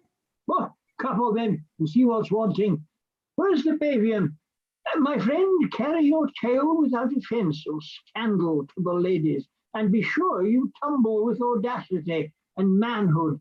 And when you bark, do it with judgment. Yes, sir. Quo usque tandem. Here is a woman wanting. We may go whistle all the fat's in the fire. We have, as learned authors utter, washed tile. We have been fatuous and labored vainly. This is that scornful piece, that scurvy, how that gave her promise faithfully. She will be here. Cicely, the sumter's daughter. The next clothes that I give her shall be dogskin. Oh. Nay, she failed me once. You can tell Arcus she swore by wine and bread she would not break.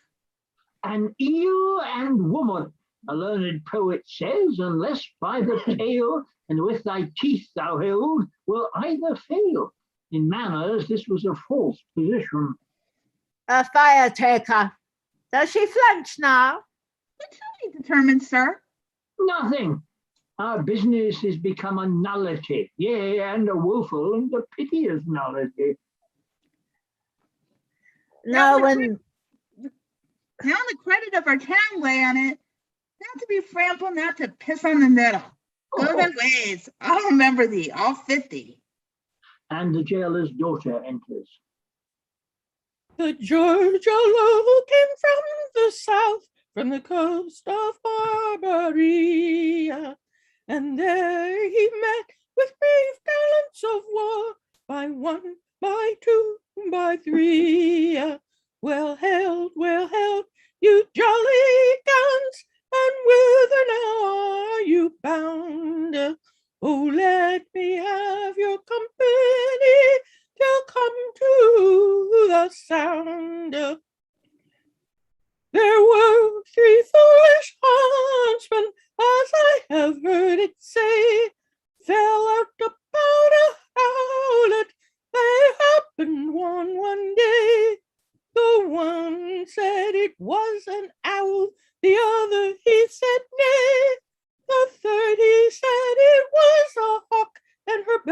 never cut away.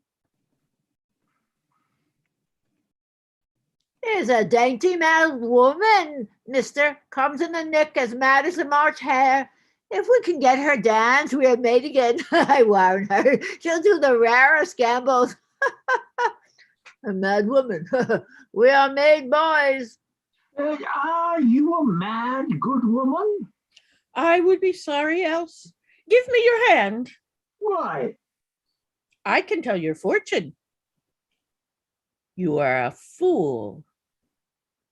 Tell 10, I've posed him. Buzz, friend, you must eat no white bread. If you do, your teeth will bleed extremely. Ooh. Shall we dance, ho? I know you. You're a tinker. Sarah Tinker, stop. No more holes, but what you should. Did body a tinker, damsel? Or a conjurer. Raise me a devil now and let him quipassa of the bells and bones. Oh, go take her. I'd fluently persuade her to a peace. Et opus exegi, quod nec Jervis era, nec ignis. Strike up and lead her in.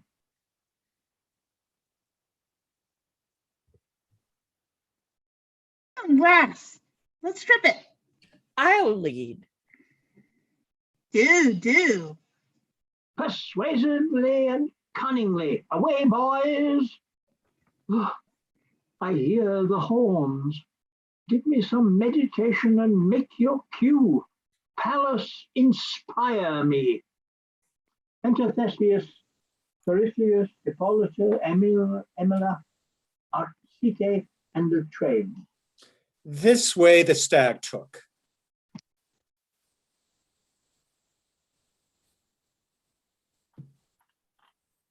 Stay and edify. What have we here? Some country sport upon my life, sir. Well, so go forward and we will edify. Ladies, sit down and we'll stay it. Thou doty Duke, all hail, sweet.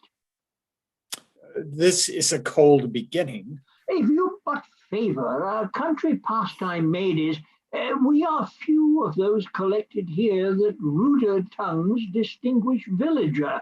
And to say verity, and not to fable, we are a merry rout, or else a rabble, or company, or by a figure, chorus, that for thy dignity will dance a morris.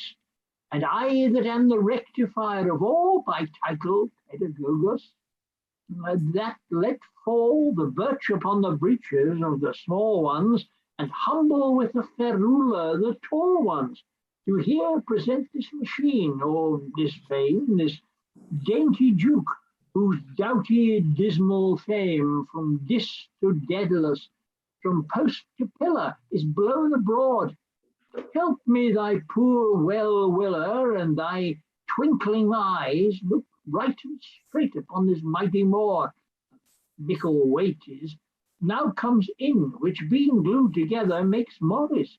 And the cause that we came hither, the body of our sport, no small study, I first appear, though rude and raw and muddy, to speak before thy noble grace, this tenor, at whose great feet I offer up my penna. The next, the Lord of May, the Lady Bright, the chambermaid, the serving man by night, that seek out silent hanging. Then my host and his fat spouse that welcomes to their cost the galled traveller, and with a beckoning informs the captor to inflame the reckoning. Then the beast-eating clown, and next the fool, the babian, with long tail and eke long tool, cum multis agius, that make a dance, say I, and all shall presently advance. Aye, by any means. Dear Domine, Produce. Come forth and foot it.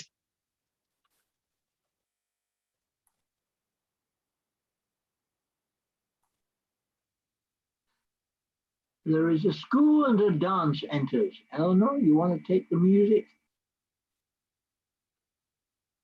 What page? 80 on the top of the top. page.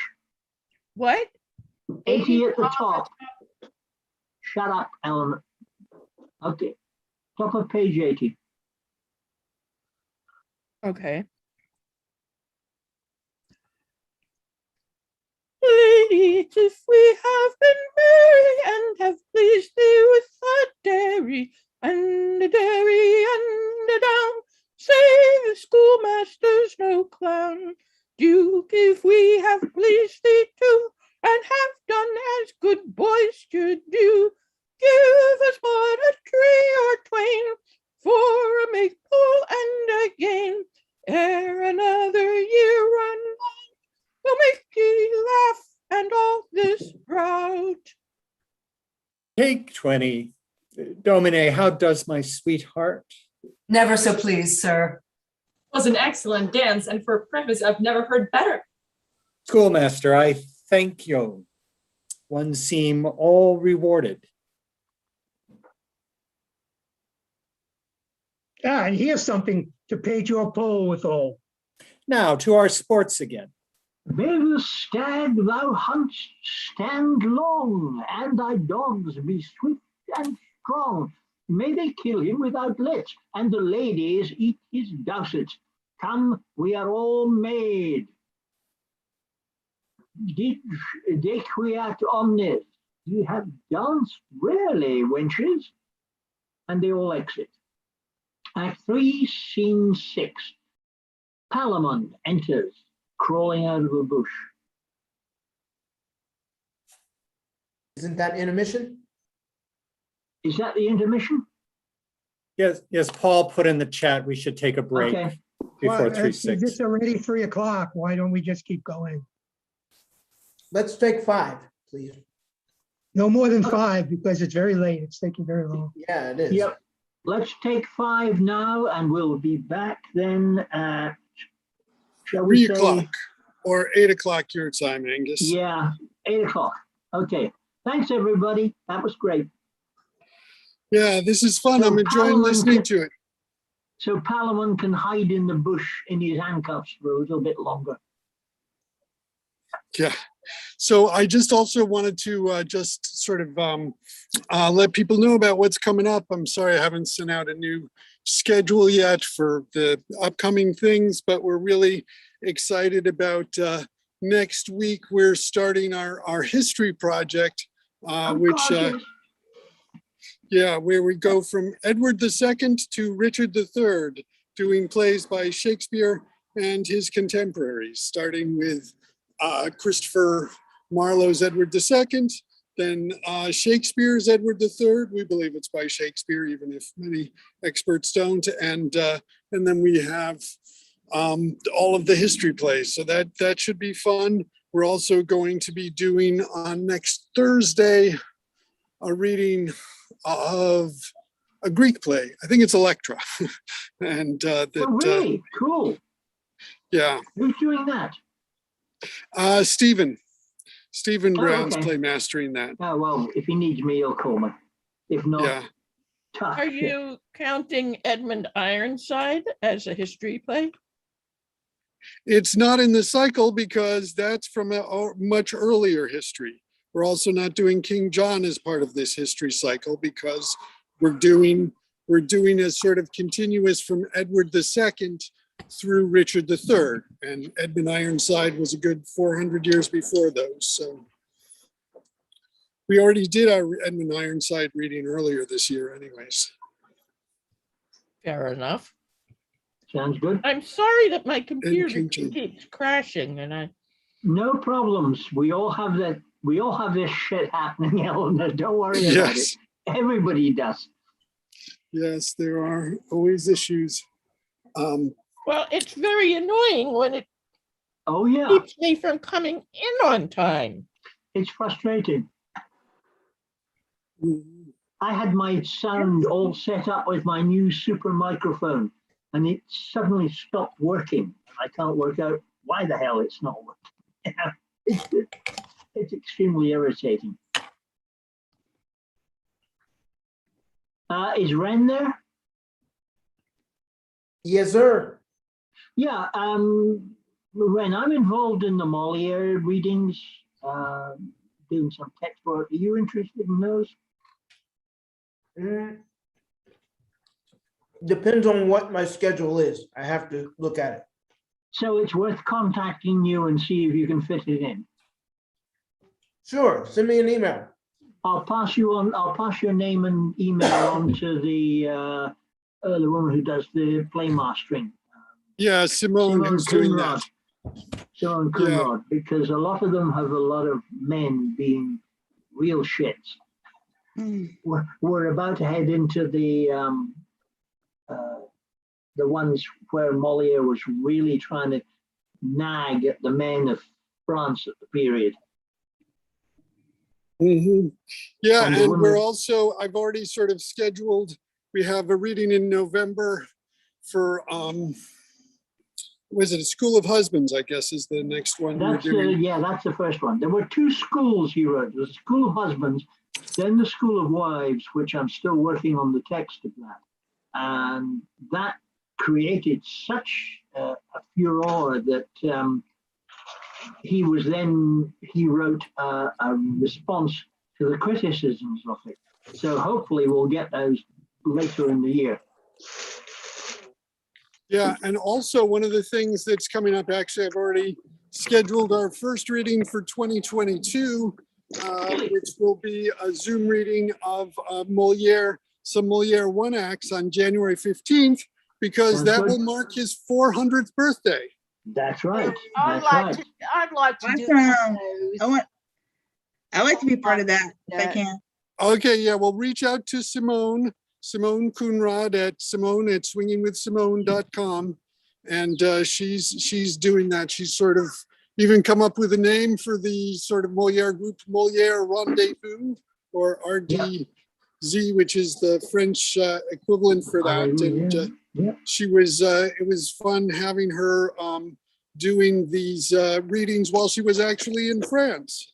And she says her French friends were very impressed with It was extremely envious to seeing her sitting in Provence drinking real genuine French wine. It was extremely upsetting.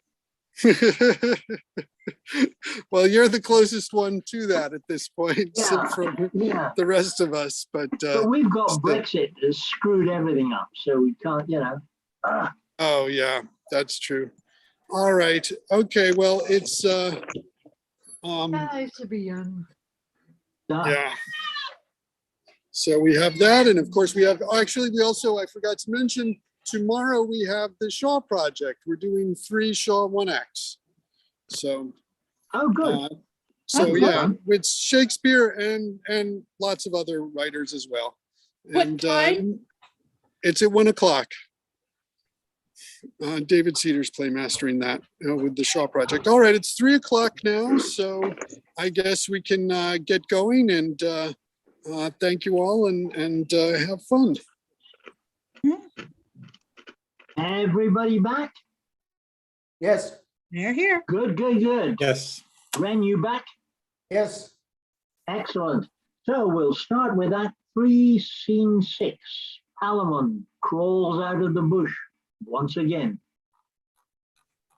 About this hour, my cousin gave his faith to visit me again, and with him bring 2 swords and 2 good armors. If he fail, he neither man nor soldier. When he left me, I did not think a week could have restored my lost strength to me.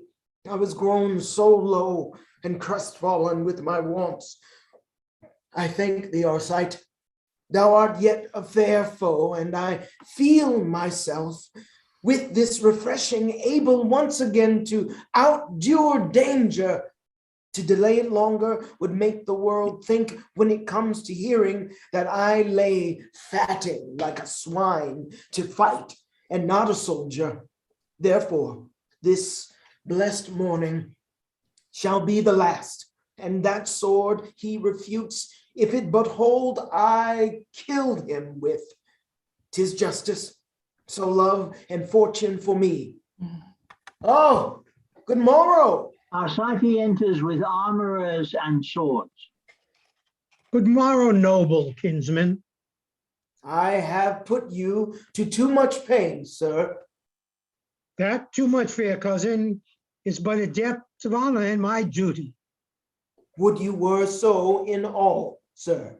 I could wish ye as kind a kinsman as you force me find a beneficial foe, that my embraces might thank ye, not my blows. I shall think either well done, a noble recompense. Then I shall quit you.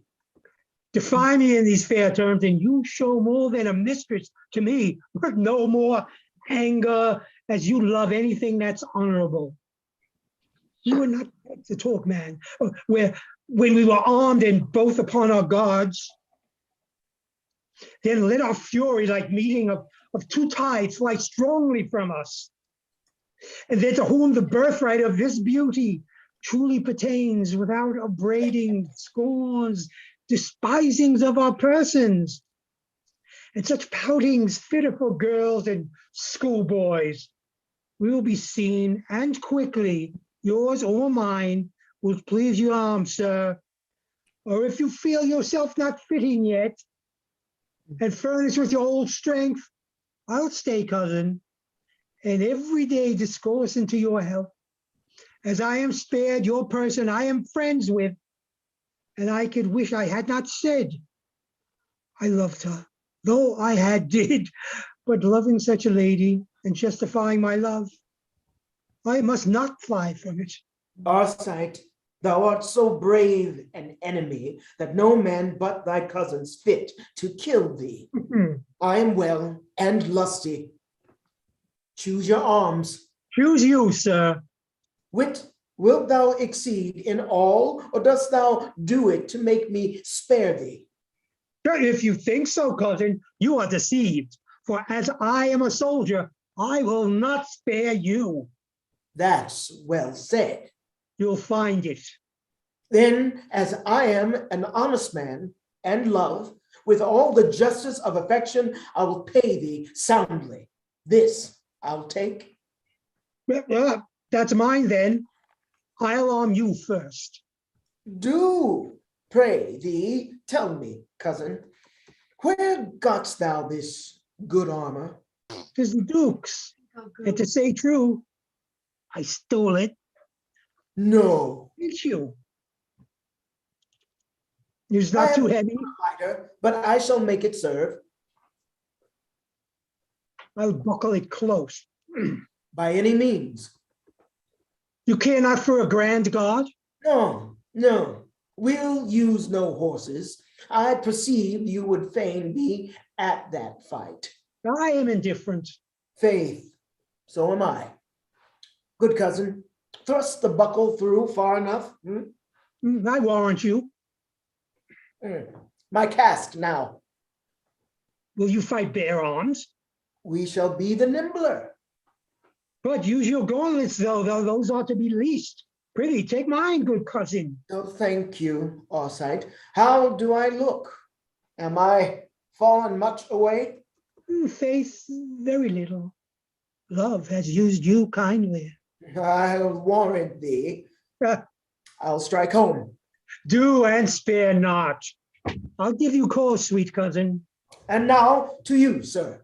Methinks this armor's very like that, Arcite. Thou wast that day the 3 kings fell, but lighter. Ah, that was a very good one. And that day, I will remember, you outdid me, cousin. I never saw such valor when you charged upon the left wing of the enemy. I spurned hard to come up, and under me, I had a right good horse. You had indeed a bright bay, I remember. Yes, but always vainly labored in me. You outwent me. Nor could my wishes reach you, yet a little I did by imitation. Hi, I'm Nicole Hockley from San Diego. Or by virtue. I know You this are is modest, here, cousin. but it's important. When I saw you first, methought I heard a dreadful clap of thunder break from the troop. But still before that flew the lightning of your valor. Stay a little. Is not this piece too straight? No, 'tis well. I would have nothing hurt thee but my sword. A bruise would be dishonor. Now I am perfect. Stand off then. Take my sword. I hold it better. I thank ye. No, keep it. Your life lies on it. Someone's music is on. Please turn it off.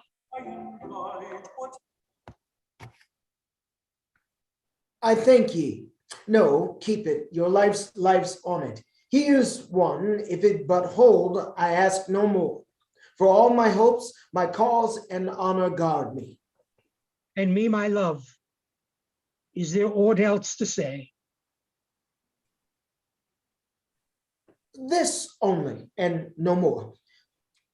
Thou art mine aunt's son, and that blood we desire to shed is mutual. In me, thine, and in thee, mine. My sword is in my hand, and if thou killst me, the gods and I forgive thee. If there be a place prepared for those that sleep in honor, I wish his weary soul that falls may win it. Fight bravely, cousin. Give me thy noble hand. Dear Palamon, this hand shall nevermore come near thee with such friendship. I commend thee. If I fall, curse me, and say I was a coward, for none but such dare die in this just trials. Once more, farewell, my cousin. Farewell, Arcite. And they fight. Their horns sound within, and they stop. Lo, cousin, lo, our folly has undone us. Why? This is the Duke hunting, as I told you. If we be found, we are wretched, or retire for honor's sake and safe from presently into your bush again. Sir, if we shall find too many hours to die in, gentle cousin, if you be seen, you perish instantly for breaking prison, and I, if you reveal me for my contempt, then all the world will scorn us and say we had a noble indifference. But base disposes of it. No, no, cousin, I will no more be hidden, nor put off this great adventure to a second trial. I know your cunning, and I know your cause. He that faints now, shame take him. Put thyself upon thy present guard. Now, you are not mad. Or I will make the advantage of this hour mine own, and what to come shall threaten me. I fear less than my fortune. No, weak cousin, I love Amelia, and in that I'll bury thee, and all crosses else. What then come? What then come thou shalt know, Palamon. I dare as well die as discourse or sleep. Only this fears me. The law will have the honor of our ends. Have at thy life. Look to thine own well, Arcite. They fight again. Horns blow. Theseus, Hippolyta, Emilia, Parthesius, and the train enter. What ignorant and mad malicious traitors are you, that against the tenor of my laws are making battle thus like knights appointed without my leave and officers of arms? By Castor both shall die. Hold thy word, Theseus. We are certainly both traitors, both despisers of thee and of thy goodness. I am Palamon, that cannot love thee. He that broke thy prison, think well what that deserves. And this is Arcite, a bolder traitor, never trod thy ground, a falser, never seemed friend. This is the man, was begged and banished. This is he, contemns thee and what thou darest do. And in this disguise, against this own edict, follows thy sister, that fortunate bright star, the fair Emilia, whose servant, if there be of right in seeing and first bequeathing of the soul too, justly I am, and which is more, dares think her his. This treachery, like a most trusty lover, I called him now to answer. If thou beest as thou art spoken, great and virtuous, the true decider of all injuries, say, fight again, and thou shalt see me, Theseus, do such a justice thou thyself wilt envy. Then take my life. I'll woo thee toot. Oh, heaven, what more than man is this? I have sworn. We seek not thy breath of mercy, Theseus. 'Tis to me a thing as soon to die as thee to say it. And no more moved where this man calls me traitor. Let me say thus much. If in love be treason in service of so excellent a beauty, as I love most, and in that faith will perish, as I have brought my life here to confirm it, and as I have served her truest, worthiest, as I dare kill this cousin that denies it. So let me be most traitor, and ye please me for scorning thy edict, Duke. Ask that lady why she is fair and why her eyes. Command me stay here to love her. And if she say traitor, I am a villain and fit to lie unburied. Thou shalt pity of us both, Theseus, if unto neither thou show mercy. Stop, as thou art just, thy noble ear against us, as thou art valiant. For thy cousin's soul, whose 12 strong labors crown his memory, let's die together at one instant, Duke. Only a little let him fall before me, that I may tell my soul he shall not have her. I grant your wish. For to say true, your cousin has 10 times more offended, for I gave him more mercy than you found. Sir, your offenses being no more than his. None here speak for him, for ere the sun set, both shall sleep forever. Alas, the pity, now or never, sister, speak not to be denied. That face of yours will bear the curses else of after ages for these lost cousins. In my face, dear sister, I find no anger to him, nor no ruin, the misadventure of their own eyes kill him. Yet that I'll be a woman and have pity, my niece shall grow to the ground, but I'll get mercy. Help me, dear sister. In a deed so virtuous, the powers of all women will be with us, most royal brother. Sir, by our tie of marriage. By our own spotless honor. By that faith, that fair hand, and that honest heart you gave me. By that you would have pity in another, by your own virtues infinite. By valor, by all the chaste knights I have ever pleased you. These are strange conjurings. Nay, then I'll too, by all the friendship, by all you love most was this sweet lady. By that you would have trembled to deny a blushing maid. By your own eyes, by strength in which you swore I went beyond all women, almost all men, and yet I yielded, Theseus. To crown all this by your most noble soul, which cannot want due mercy, I beg first. Next, hear my prayers. Last, let me entreat, sir. For mercy. Mercy. Mercy on these princes. Ye make my faith real. Say I felt compassion to them both. How would you place it? Upon their lives, but with their banishments. You are a right woman, sister. You have pity, but want the understanding where to use it. If you desire their lives, invent a way safer than banishment. Can these two live and have the agony of love about them and not kill one another? Every day they'd fight about you, hourly bring your honor in public question with their swords. Be wise then, and be wise and here forget him. It concerns your credit and my oath equally. I have said they die. Better they fall by the law than one another. Bow not my honor. Oh, my noble brother, that oath was rashly made, and in your anger your reason will not hold it. If such vows stand for express will, all the world must perish. Beside, I have another oath against yours of more authority. I'm sure more love, not made in passion either, but good heat. What is it, sister? Urge it home, brave lady. That you would never deny me anything fit for my mother's suit and your free granting. I tell you to your word now, if you fall in it, think how you maim your honor. For now I'm set at begging, sir, I'm deaf to all but your compassion.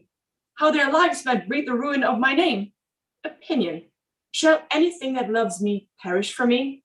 That were a cruel wisdom. Do men prune the straight young boughs that blush with thousand blossoms because they may be rotten? O Duke Theseus, the goodly mothers that have groaned for these, and all the longing mates that ever loved, if your vows stand, shall curse me and my beauty, and in their funeral songs for these two cousins despise my cruelty and cry woe worth me, till I'm nothing but the scorn of women. For heaven's sake, save their lives and banish them. On what conditions? Swear never more to make me their contention, or to know me, to tread upon their dukedom, and to be wherever they shall travel, ever strangers to one another.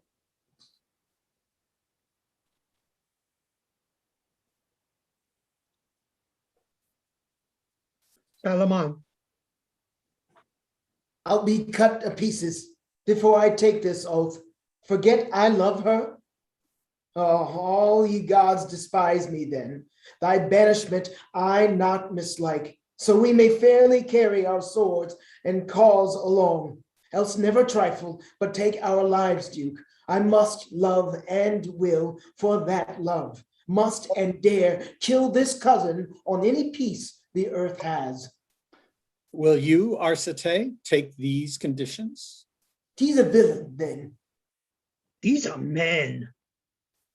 No, never, Duke. 'Tis worse to me than begging to take my life so basely, though I think I shall never enjoy her. Yet I'll preserve the honor of affection and die for her. Make death a devil. What may be done? For now I feel compassion.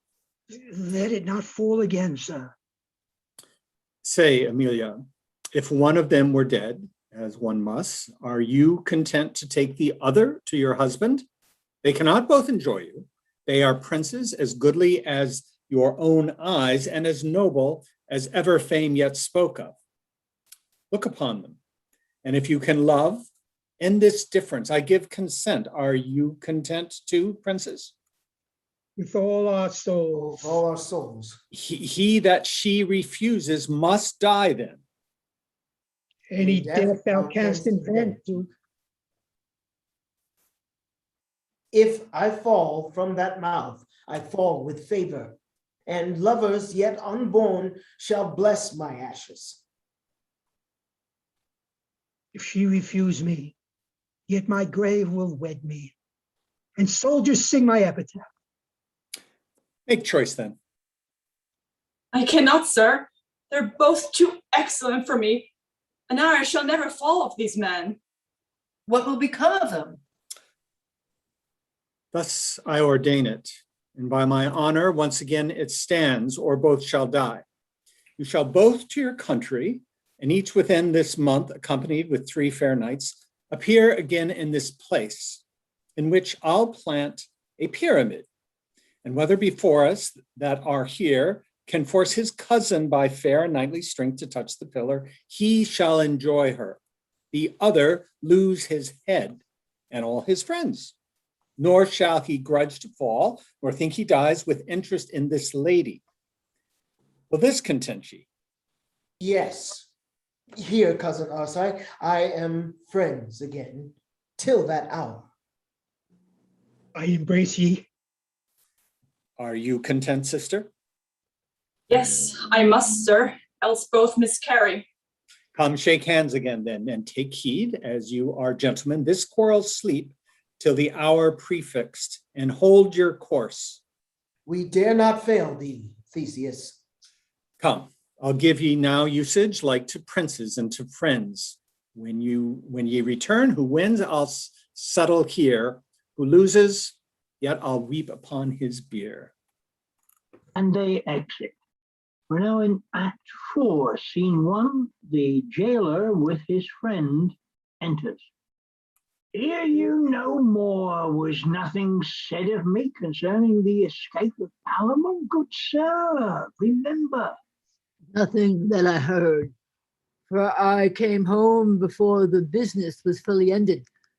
Yet I might perceive ere I departed a great likelihood of both their pardons, for Hippolyta and fair-eyed Amelia upon their knees begged with such handsome pity that the Duke methought stood staggering whether he should follow his rash other or the sweet compassion of those two ladies, and to second them, that truly noble Prince Perseus half his own heart set it to, that I hope all shall be well. Neither heard I one question of your name or his escape. A second friend enters. Pray heaven it holds so. Be of good comfort, man. I bring you news, good news. Oh, they are welcome. Palamon has cleared you and got your pardon and discovered how and by whose means he escaped, which was your daughter's. This part is procured too. And the prisoner, not to be held ungrateful to her goodness, has given a sum of money to her marriage, a large one, I'll assure you. Boy, you're a good man as ever bring good news. How was it ended? Why, as it should be. They that never beg, but they prevail, had their suits fairly granted. The prisoners have their lives. Ah, I knew this would be so. But there be new conditions which you'll hear of at better time. Well, I hope they're good. They're honorable. How good they'll prove, I don't know. Oh, 'twill be known. And the wooer enters. Alas, sir, where's your daughter? Why do you ask? Oh, sir, when did you see her? How he looks. This morning. Was she well? Was she in health? So when did she sleep? These are strange questions. Oh, I do not think she was very well, for now you make me mind her. But this day I'd asked her questions, and she answered me, so far from what she was, so childishly, so sillily, as if she were a fool, and innocent, and I was very angry. But what of that, sir? Nothing but my pity. But you must know it, and as good by me as by another that less loves her. Well, sir? Not right. Not well? No, sir, not well. 'Tis too true, she is mad. It cannot be. Believe you'll find it so. Oh, I half suspected what you told me. The gods comfort her. Either this was her love to Palamon, or fear my miscarrying on his escape, or both. 'Tis likely. Yeah, but why all this haste, sir? I'll tell you quickly. As our light was angling in the great lake that lies behind the palace, from the far shore thick-set with reeds and sedges, as patiently I was attending sport, I heard a voice, a shrill one, and attentive I gave my ear, when I might well perceive 'twas one that sung, and by the smallness of it a boy or woman. I then left my angle to his own skill, came near, but yet perceived not who made the sound. The rushes and the reeds had so encompassed it. I laid me down and listened to the words she sang, for then, through a small glade cut by the fishermen, I saw it was your daughter. Oh, pray go on, sir. She sung much, but no sense. Only I heard her repeat this often, Palamon is gone to the woods to gather mulberries. I'll find him out tomorrow. What do you so? His shackles will betray him, he'll be taken, and what shall I do then? I'll bring a bevy, 100 black-eyed maids that love as I do, with chaplets on their heads of daffodils, with cherry lips, and cheeks of damask roses, and all will dance an antic for the Duke and beg his pardon. Then she talked of you, sir, that you must lose your head tomorrow morning, and she must gather flowers to bury you, and see the house made handsome. Then she sung nothing but willow, willow, willow, and between ever was Palamon, fair Palamon, and Palamon was a tall young man. The place was knee-deep where she sat. Her careless tresses, a ruck of bulrush sounded.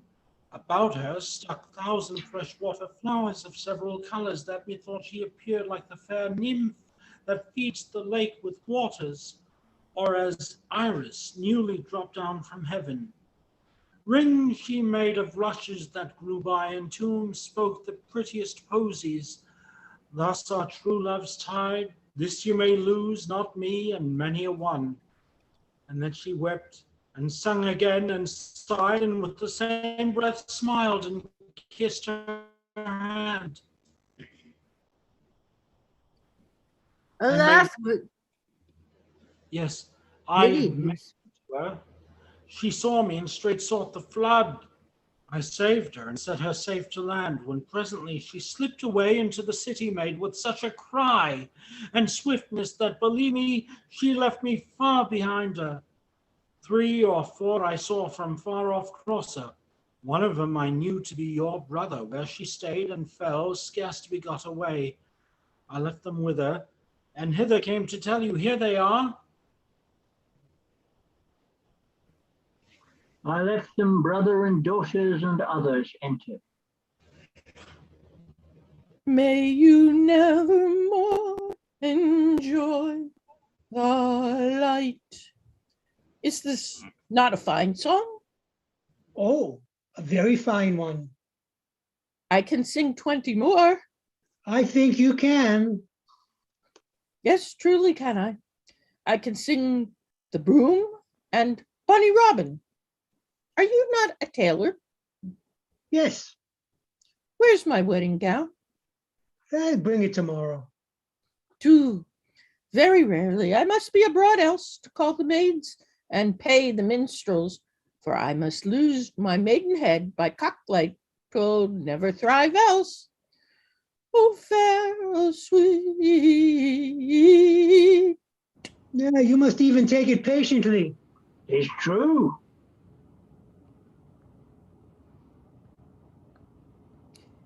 Good even, good men. Pray, did you ever hear of one young Palamon? Yes, wench, we know him. Is not a fine young gentleman. Oh, 'tis, love. By no means cruel, sir. She is then distempered, for worse than now she shows. Yes, he's a fine man. Oh, is he so? You have a sister? Yes, But she shall never have him. Tell her so. For a trick that I know, you had best look to her, for if she see him once, she's gone, she's done, and undone in an hour. All the young maids of our town are in love with him, but I laugh at him and let him all alone. It's not a wise course. oh yes. There is at least 200 now with child by him. There must be 4. Yet I keep close for all this, close as a cuckle. And all these must be boys. He has the trick on it. And at 10 years old, they must all be gelded for musicians and sing the wars of Theseus. This is strange.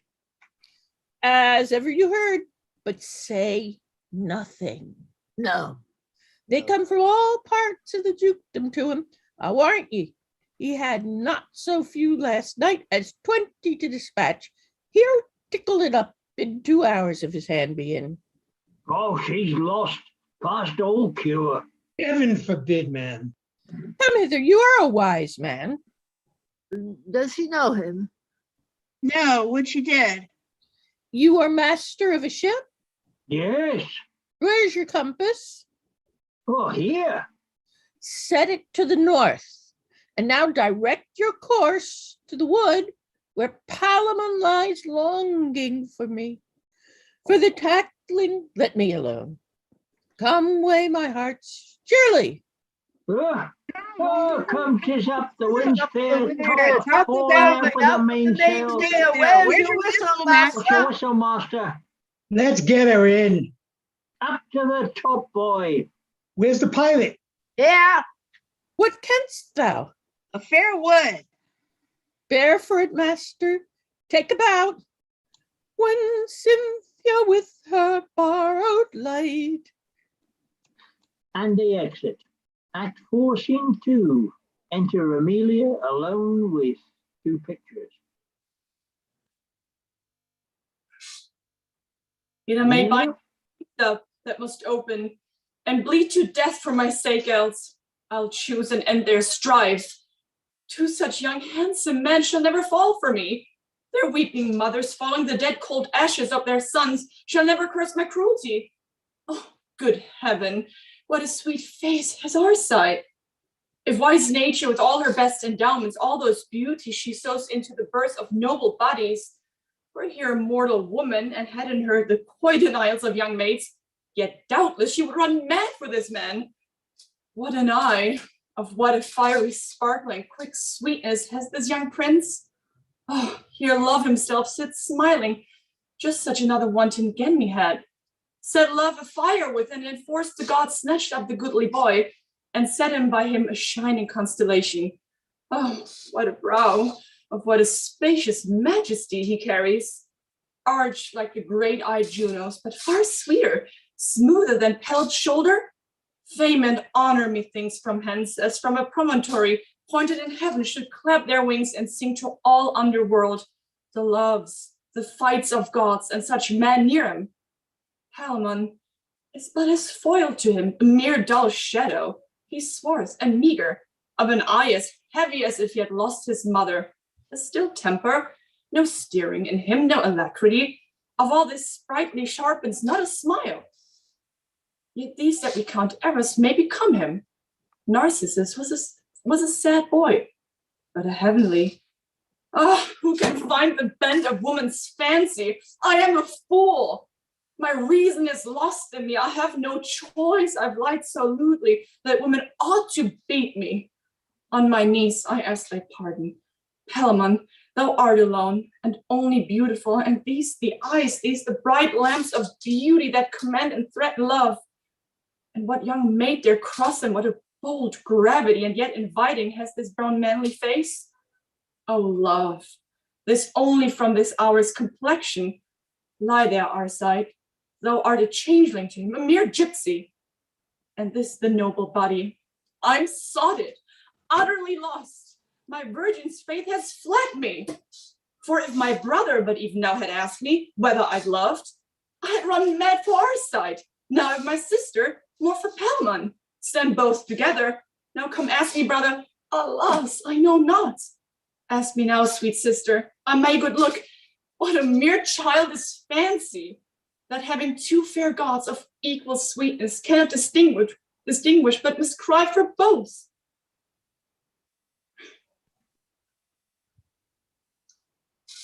How now, and a sir? gentleman enters to her. How now, sir?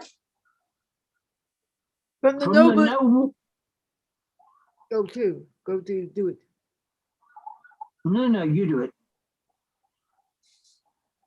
From the noble Duke, your brother, madam, I bring you news. The knights are come. To end the quarrel? Yes, Would I might end first? What sins have I committed, chaste Diana, that my unspotted youth must now be soiled with blood of princes? And my chastity be made the altar where the lives of lovers, too greater and too better, never yet made mother's joy, must be the sacrifice to my unhappy beauty? Theseus, Hippolyta, Pirithous, and the attendants enter. Bring him in quickly, by any means. I long to see him. Your two contending lovers are returned, and with them their fair knights. Now, my fair sister, you must love one of them. I had rather both, so neither for my sake should fall untimely. Messengers and Curtis enter. Who saw him? I, a while. and I. From whence come you, sir? From the knights. Pray speak, you that have seen them, what they are. I will, sir, and truly what I think, 6 braver spirits than these that have brought it, we judge from the outside, I never saw nor read of. He that stands in the first place with Arcite, by his seeming should be a stout man, by his face a prince, his very looks so say him. His complexion nearer a brown than black, stern and yet noble, which shows him hardy, fearless, proud of dangers. The circles of his eyes show fair within him, and as a heated lion, so he looks. His hair hangs long behind him, black and shining, like raven's wings. His shoulders broad and strong, armed long and round, and on his thigh a sword, hung by a curious baldric, who, when he frowns to seal his will with, or better a conscience, was never soldier's friend. Thou hast well described him. Get a great deal short, methinks, of him that's first with Palamon. Pray speak him, friend. I guess he is a prince too, and if it may be, greater, for his show has all the ornament of honor in it. He's somewhat bigger than the knight he spoke of, but a face far sweeter. His complexion is a ripe grape, ruddy. He has felt without doubt that he fights for, and so after to make this cause his own, in his face appears all the fair hopes of what he undertakes. And when he's angry, then a set of valor, not tainted with extremes, runs through his body and guides his arm to brave things. Fear he cannot. He shows no such sort of temper. His head's yellow, hard-haired and curled, thick twined like ivy tops. Not to undo with thunder, in his face the livery of warlike maid appears, pure red and white, and yet no beard has blessed him. And in his rolling eyes sits victory. And if she ever meant to correct his valor, his nose stands high, a character of honor. His red lips after fights are fit for ladies. Must these men die too? When he speaks, his tongue sounds like a trumpet. All his lineaments are as a man who wished them strong and clean. He wears a well-steeled axe, staff of gold. His age some 25. There's another, a little man, but of a tough soul, seeming as great as any. Fair promises in such a body, yet I never looked on. Oh, he's that freckle face. Are the same, my lord. Are they not sweet ones? Oh, yes, they are well. Methinks, being so few and well disposed, they show great and fine art in nature. He's white-haired, not wanton white, but such a manly colour next to an airborne, tough and nimble set, which shows an active soul. His arms are brawny, lined to the strong sinews. To his shoulder piece gently they swell, like women now conceived, which speaks him prone to labour, never fainting under the weight of arms. Stout-hearted still, but when he stirs, a tiger. He's grey-eyed, which yields compassion where he conquers, sharp to spy advantages, and where he finds them, he's swift to make them his. He does no wrongs, he takes none, he's round-faced, and when he smiles, he shows a lover. When he frowns, a soldier. About his head he wears a winner's oak, and it's stuck the flavour of his lady. His age, some 36, in his hand he bears a charging staff embossed with silver. Are they all thus? They're all sons of honor. Now I have a soul, I long to see him. Lady, you shall see men fight now. I wish it, but not the cause, my lord. They would show bravely about the titles of 2 kingdoms. 'Tis pity love should be so tyrannous. O my soft-hearted sister, what think you? Weep not till they weep blood. Wench it must be. You have steeled them with your beauty. Honored friend, to you I give the field. Pray order it, fitting the persons that must use it. Yes, sir. Come, I'll go visit them. I cannot stay. Their fame has fired me so. Till they appear, good friend, be loyal. There shall want no bravery. For wench, go weep. For whoever wins loses a noble cousin for thy sins. And they exit. Act 4, Scene 3. The jailer enters, the wooer and the doctor. Her distraction is more at some time of the moon than at other some, is it not? Oh, she's continually in a harmless distemper, sleeps little, altogether without appetite, save often drinking, dreaming of another world and a better. And what broken piece of matter soe'er she's about, the name Palamon lards it, that she passes every business. Withal, fits it to every question, Look where she comes. You shall perceive her behavior. I have forgot it quite. The burden on it was down, down, down, and penned by no worse than Geraldo, Amelia's schoolmaster. He's as fantastical too as ever he may go upon his legs. For in the next world will Dido see Palamon, and then will she be out of love with Aeneas. What stuff's here? Poor soul. Even thus all day long. Now for this charm that I told you of, you must bring a piece of silver on the tip of your tongue, or no fairy. Then, if it be your chance to come where the blessed spirits, as there's a sight now, we maids that have our livers perished, cracked to pieces with love, we shall come there and do nothing all day long but pick flowers with Proserpine. Then will I make Palamon a nosegay. Then let him mark me. Then. Not really, she's a miss. Note her a little further. Faith, I'll tell you. Sometimes we go to barley break with the blessed. Alas, 'tis a sore life they have in the other place. Such burning, frying, boiling, hissing, howling, chattering, cursing. Oh, they have shrewd measure. Take heed. If one be mad or hang or drown themselves, thither they go. Jupiter bless us. And there shall we be put in a cauldron of lead and usurers' grease among a whole million of cut purses, and there boil like a gammon of bacon that will never be enough. How her brain coins?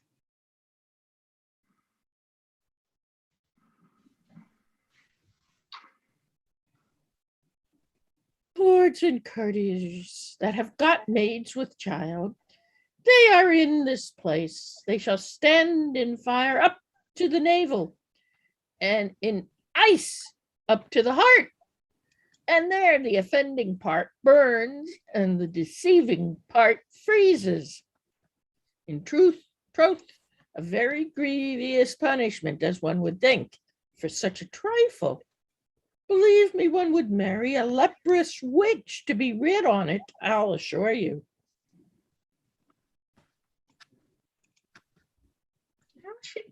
She continues this fancy. 'Tis not an engraft madness, but a most thick and profound melancholy. To hear there a proud lady and a proud city wife foul together. I were a beast and I'd call it good sport. One cries, oh, this smoke. Another, this fire. One cries, oh, that ever I did it behind the arras. And then howls. The other curses a suing fellow in her garden house.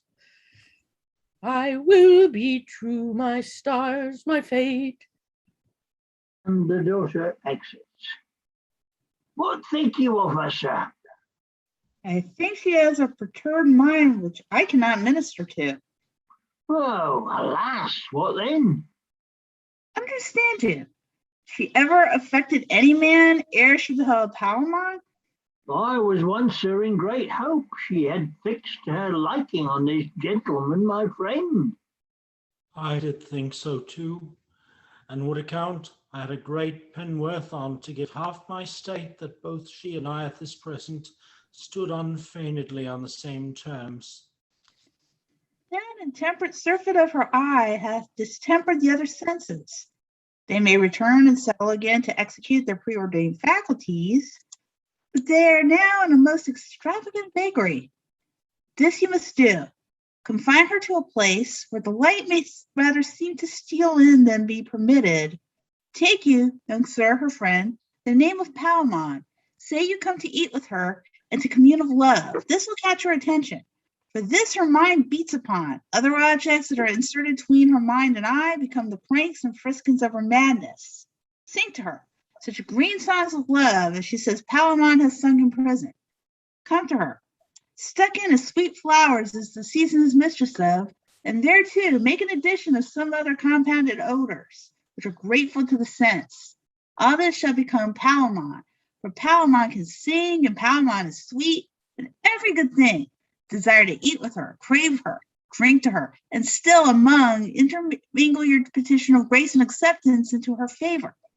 Learn what maids have been her companions and playpeers, and let them repair to her with Palamon in their mouths, and appear with tokens, as if they suggested for him. It is a falsehood she is in, which is with falsehoods to be combated.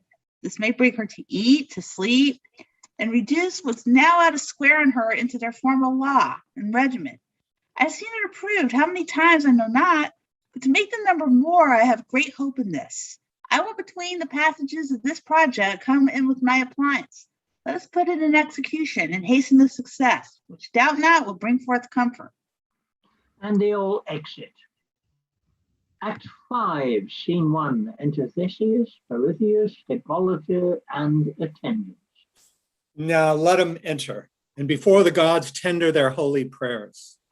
Let the temples burn bright with sacred fires, and the altars in hallowed clouds commend their swelling incense to those above us. Let no dew be wanting. There's a flourish of trumpets. They have a noble work in hand, will honor the very powers that love them. Sir, they enter. You, valiant and strong-hearted enemies, you royal German foes, that this day come to blow that nearness out of the flames between ye. Lay by your anger for an hour, and dove-like before the holy altars of your helpers, the all-feared gods, bow down your stubborn bodies. Your ire is more than mortal, so your help be, and as the gods regard ye, fight with justice. I'll leave you to your prayers, and betwixt ye, I part my wishes. Honor crown the worthiest. Theseus enters with his train. The glass is running now that cannot finish till one of us expire. Think you but thus, that were there aught in me which strove to show mine enemy in this business, were it one eye against another, arm oppressed by arm, I would destroy the offender, cause I would though parcel of myself. Then from this gather how I should tender you. I am in labor to push your name, your ancient love, our kindred out of my memory, and in the self-same to seat something I would confound. So hoist we the sails, and that we must these vessels port even where the heavenly limiter pleases. You speak well. Before I turn, let me embrace thee, cousin. This I shall ne'er do again. One farewell. Why, let it be so. Farewell, cuz. And Palamon and his knights exit. Farewell, sir, knights, kinsmen, lovers, yea, my sacrifices, true worshippers of Mars, whose spirit in you expels the seeds of fear and the apprehension which still is further off it. Go with me before the God of our profession. There require him the hearts of lions and the breath of tigers, yea, the fierceness too, yea, the speed also to go on. I mean, else wish we to be snails. You know my prize must be dragged out of blood, force, and great feet. Must put my garland on where she sticks, the queen of flowers. Our intercession then must be to him that makes the camp, a cestron brimmed with the blood of men. Give me your aid and bend your spirits towards him, thou mighty one, that with thy power hast turned green Neptune into purple, comets pre-warned, whose havoc and vast fetid unearthed skulls proclaim, whose breath blows down, the teeming seer is frozen, who dost pluck with hand, omnipotent, from forth blue crowds, the mason turrets, that both makes and breaks the stony girths of cities. Me, thy purple, youngest follower of thy drum, Instruct this day with military skill, that to the laws I may advance my streamer, and by thee be still the Lord all the day. Give me, great Mars, some token of thy pleasure. And they all fall upon their faces as before. There's heard a clang of armor with a short thunder as the burst of battle, whereupon they all rise and bow to the altar. O great corrector of enormous times, shaker of all rank states, thou grand decider of dusty and old titles, that heals with blood the earth when it is sick, and curse the world of the plurality of people. I do take thy signs auspiciously, and in thy name to my design march boldly. Let us go. And he exits. Palamon and his knights enter with the former Serbians. Our stars must glister with new fire, or be today extinct. Our argument is love, which, if the goddess of it grant, she gives victory to. Then blend your spirits with mine, you whose free nobleness do make my cause your personal hazard. To the goddess Venus, commend we our proceeding, and implore her power unto our party. And they all kneel as before. Hail power unto our party, her power unto our party. Hail, sovereign queen of secrets, who hast power to call the fiercest tyrant from his rage, and weep unto a girl that has the might, even with an eye glance, to choke Mars's drone and turn in the alarm to whispers that can make a cripple flourish with his crutch, and cure him before Apollo, that mayst force the king to be his subject's vassal, and induce stale gravity to dance. The pole bachelor, whose youth like wanton boys through bonfires have skipped thy flame, at 70 thou canst catch and make him to the scorn of his hoarse throat abuse young ladies' love. What godlike power hast thou power upon? To Phoebus's thou addest flames, hotter than his the heavenly fires did scorch his mortal son. Thine, him, the huntress, all moist and cold, some say began to throw her bow away and sigh. Take to thy grace me, thy vowed soldier, who do bear thy yoke, as to a wreath of roses, yet is heavier than lead itself. Stings more than nettles. I have never been foul-mouthed against thy law, never revealed secret, for I knew none. Would not had I kenned all that were. I never practice upon man's wife, nor would the libels read of liberal wits. I never at great feasts sought to betray beauty, but have blushed at simpering sirs that did. I had been harsh to large confessors, and have hotly asked them if they had mothers. I had one, a woman, and women 'twere they wronged. I knew a man of 80 winters. This I told him, who, alas, of 14 brided. 'Twas thy power to put life into dust. The age cramp had screwed his square foot round. The gout had knit his fingers into knots. Torturing convulsions from his globy eyes had almost drawn their spheres. That was life in him seemed torture. This anatomy had by his young fair sphere a boy, and I believed it was his, for she swore it was, and who would not believe her? Brief I am to those that prate and have done, no companion to those that boast and have not, a defier to those that would and could not, cannot, a rejoicer, yea, him I do not love, that tells close offices, the foulest way, nor names concealments in the boldest language. Such a one I am, and vow that lover never yet made sigh truer than I. Then, most soft, sweet goddess, Give me the victory of this question, which is true love's merit, and bless me with the sign of thy great pleasure. Music is heard. Doves are seen to flutter. They fall again on their faces, then onto their knees. Oh, thou that from 11 to 90 reignst in mortal bosoms, whose chase is this world, and we in herds thy game, I give thee thanks for this fair token, which being laid unto mine innocent true heart, arms in assurance my body to this business. Let us rise and bow before the goddess. Time comes on. And he exits. There's music. Amelia enters in white, her hair about her shoulders, a wheaten wreath. One in white holding up her train, her hair stuck with flowers.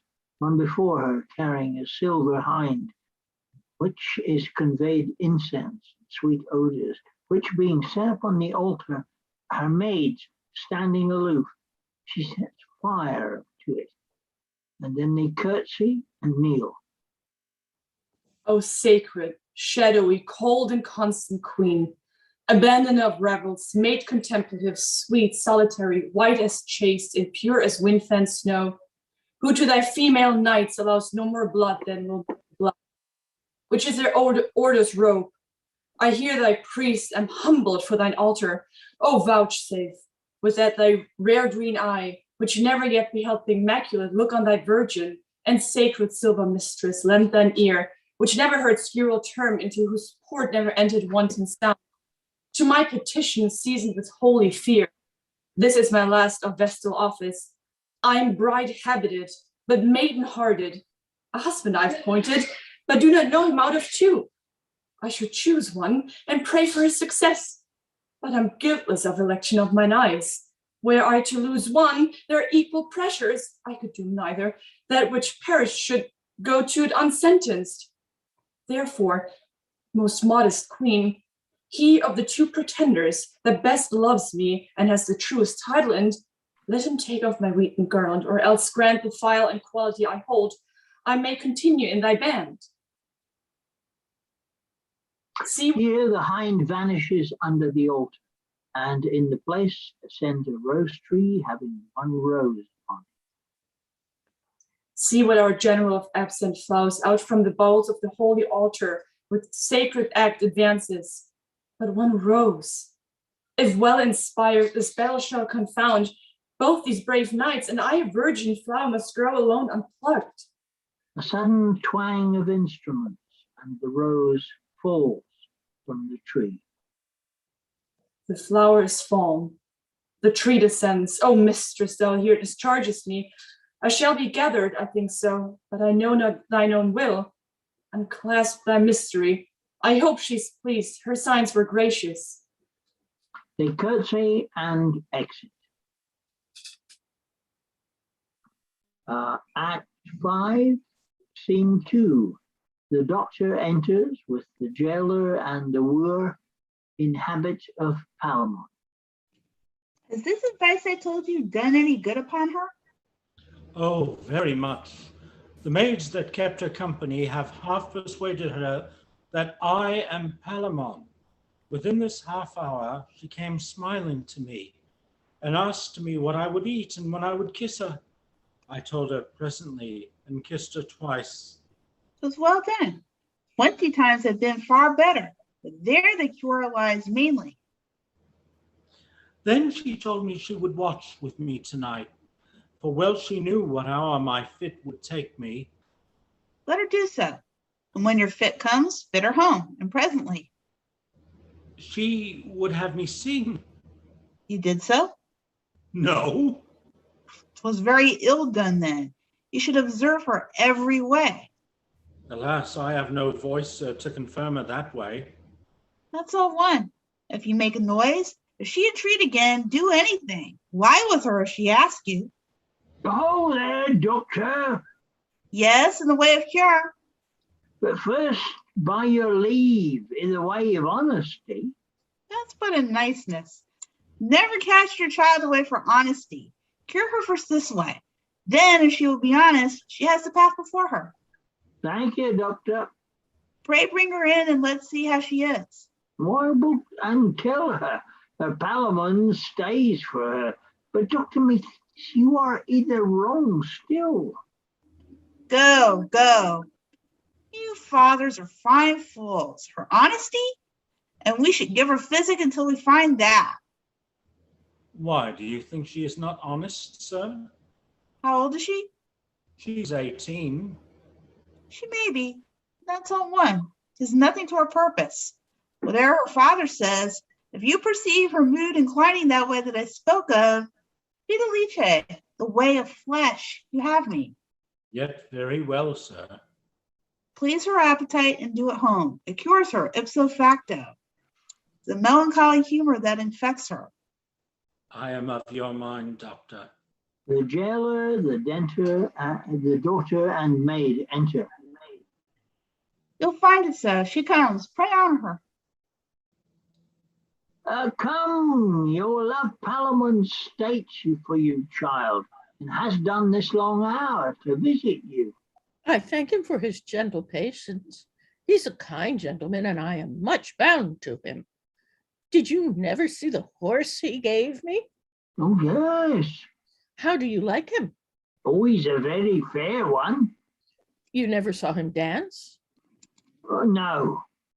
I have often.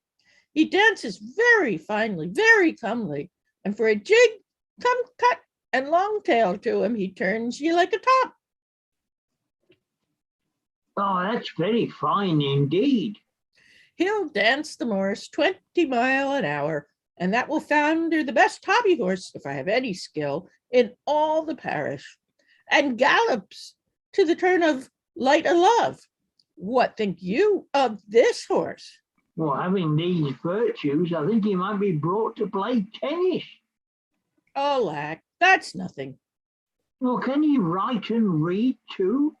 A very fair hand, and casts himself the accounts of all his hay and provender. That hostler must rise betime that cousins him, you know. The chestnut mare the Duke has? Very well. She is horribly in love with him, poor beast. But he is like his master, coy and scornful. What dowry has she? Some 200 bottles and 20 strike of oats. But he'll ne'er have her. He lisps in neighing, able to entice a miller's mare. He'll be the death of her. What stuff she utters. Make courtesy. Here your love comes. Pretty soul, how do you? That's a fine maid. There's a curtsy. Yours to command in the way of honesty. How far is it now to the end of the world, my masters? Why, a day's journey, wench. Will you go with me? What shall we do there, wench? Why, play at stool ball. What is there else to do? I am content if we shall keep our wedding there. 'Tis true. For there I will assure you we shall find some blind priest for the purpose that will venture to marry us. For here they are nice and foolish. Besides, my father must be hanged tomorrow, and that would be a blot in the business. Are you not Palamon? Do not you know me? Yes, but you care not for me. I have nothing but this poor petticoat and 2 coarse smocks. That's all one. I will have you. Will you surely? Yes, by this fair hand will I. We'll to bed then. Even when you will. Oh, sir, you would fain be nibbling. Why do you rub my kiss off? 'Tis a sweet one, and will perfume me finely against the wedding. Is not this your cousin Arcite? Yes, sweetheart. And I'm glad my cousin Palamon has made so fair a choice. Do you think he'll have me? Yes, without doubt. Do you think so too? Oh, yes. We shall have many children. Lord, how your grown. My Palamon, I hope, will grow too finely now he's at liberty. Alas, poor chicken, he was kept down with hard meat and ill lodging, but I'll kiss him up again. What do you rose the noblest sights that ever was seen? Are they in the field? Yes, they are. You bear a charge there too. Otherwise, straight, I must even leave you here. Nay, we'll go with you. I will not lose the fight. How'd you like her? Oh, weren't you within these 3 or 4 days? I'll make her right again. You must not from her, but still preserve her in this way. I will. Let's get her in. Come, sweet. We'll go to dinner and then we'll play at cards. And shall we kiss too? 100 times. And 20. Aye, and 20. And then we'll sleep together. Take her off her. Yes, marry will we. But you shall not hurt me. I will not, sweet. If you do, love, I'll cry. Act 5, Scene 3. Hang on a sec.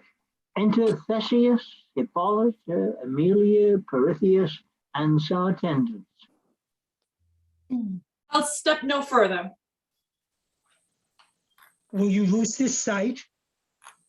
I had rather seen a wren hawk at a fly than this decision. Every blow that falls threats a brave life. Each stroke laments the place wherein it falls. It sounds more like a bell than blade. I will stay here. It is enough my hearing shall be punished, with what shall happen against the which there is no deafing, but to hear. Not taint mine eye with dread sights, it may shun. Sir, my good lord, your sister will know further. Oh, she must. She shall see deeds of honors in her kind, which sometimes show well penciled. Nature now shall make and act the story, the belief both sealed with eye and ear. You must be present. You are the victor's meed, the price, and garland to crown the question's title. Pardon me, if I were there, I'd wink. You must be there. This trial is as 'twere in the night, and you the only star to shine. I'm extinct. There's but envy in that light, which shows the one the other, darkness, whichever was the dam of horror, who does stand accursed of many mortal millions, may even now by casting her black mantle over both that neither could find other, get herself some part of a good name, and many a murder said of whereto she's guilty. You must go. In faith, I will not. Why the knights must kindle their valor at your eye. Know of this war, you are the treasure and must needs be by to give the service pay. Sir, pardon me, the title of a kingdom may be tried out of itself. Well, well then, at your pleasure. Those that remain with you could wish their office to any of their enemies. Farewell, sister. I am like to know your husband for yourself. By some small start of time, he whom the gods do of the two know best, I pray them he be major lot. Theseus, Hippolyta, Pirithous, and their train enter. Exit. Arcity is gently visaged, yet his eyes like an engine bent or a sharp weapon in a soft sheath. Mercy and manly courage are bedfellows in his visage. Palamon has a most menacing aspect. His brow is great and seems to bury what it frowns on. Yet sometimes 'tis not so, but alters to the quality of his thoughts. Long times I will dwell upon his object. Melancholy becomes him nobly, so does Arcite's mirth. But Palamon's sadness is a kind of mirth, so mingled as if mirth did make him sad, and sadness merry. Those darker humors that become misbecomingly on others, on them live in fair dwelling. Trumpets sound, as if to a charge. Hark on yon spurs to spirit do inside, the princes to their proof. Arcity may win me, and yet may Palamon wound Arcite to the spoiling of his figure. Oh, what pity enough for such a chance. If I were by, I might do hurt, for they would glance their eyes toward my seat, and in that motion might omit a word or forfeit an offense, which crave that very time. It is much better I'm not there. Or better The never cor- than ministers to such harm. What is the chance? the servants, the cornets sound as a noise, as if to great charge, crying Palamon. The cries are Palamon. Then he has won.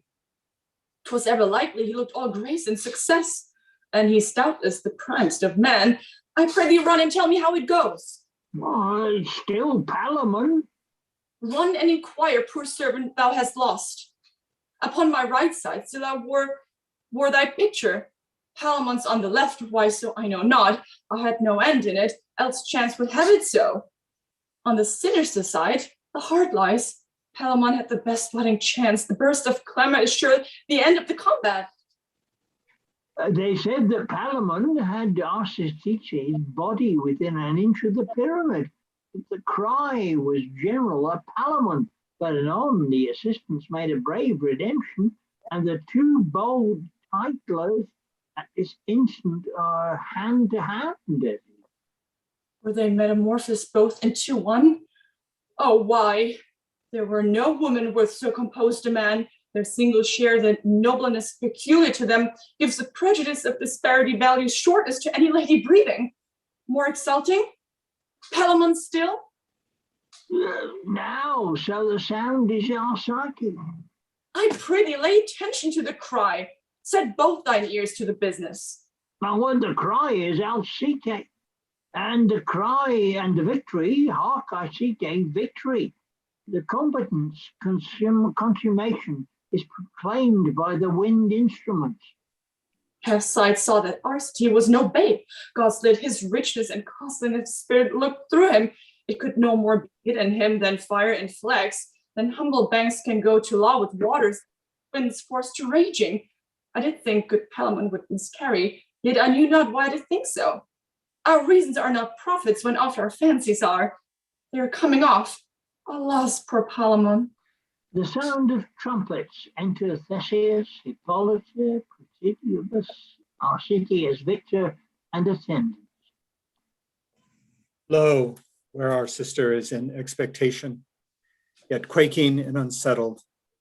Fairest Emily, the gods by their divine arbitrament have given you this night.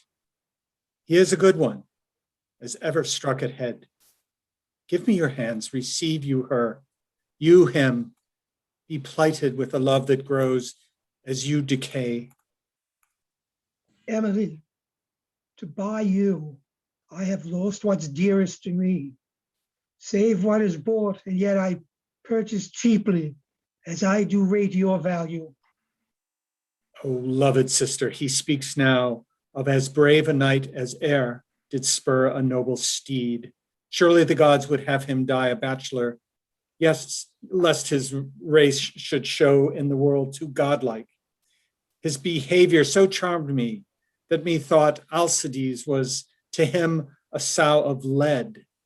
If I could praise each part of him to the all I have spoke, your Arsace did not lose by it, for he that was thus good encountered yet his better. I have heard two emulous Philomels beat the ear of the night with their contentious throats, now one the higher, anon the other, then again the first, and by outbreasted that the sense could not be judged between them. So it fared good space between these kinsmen, till heavens did make hardly one the winner. Wear the garland with joy that you have won. For the subdued, give them our present justice, since I know their lives but pension. Let it here be done. The scene's not for our scene, go we hence. Right, joyful, and with some sorrow. Arm your prize, I know you will not lose her. Hippolyta, I see one eye of yours conceives a tear, the which it will deliver. Is this winning? Oh, all you heavenly powers, where is your mercy? But that your wills have said it must be so, and charge me, live to comfort this unfriended, this miserable prince that cuts away a life more worthy from him than all women. I should and would die too. Infinite pity. that four such eyes should be so fixed on one, that two must needs be blind for't. So it is. Act 5, Scene 4. Enter Palamon and his knights, jailer, the executioner, and the guard. Starting with Palamon.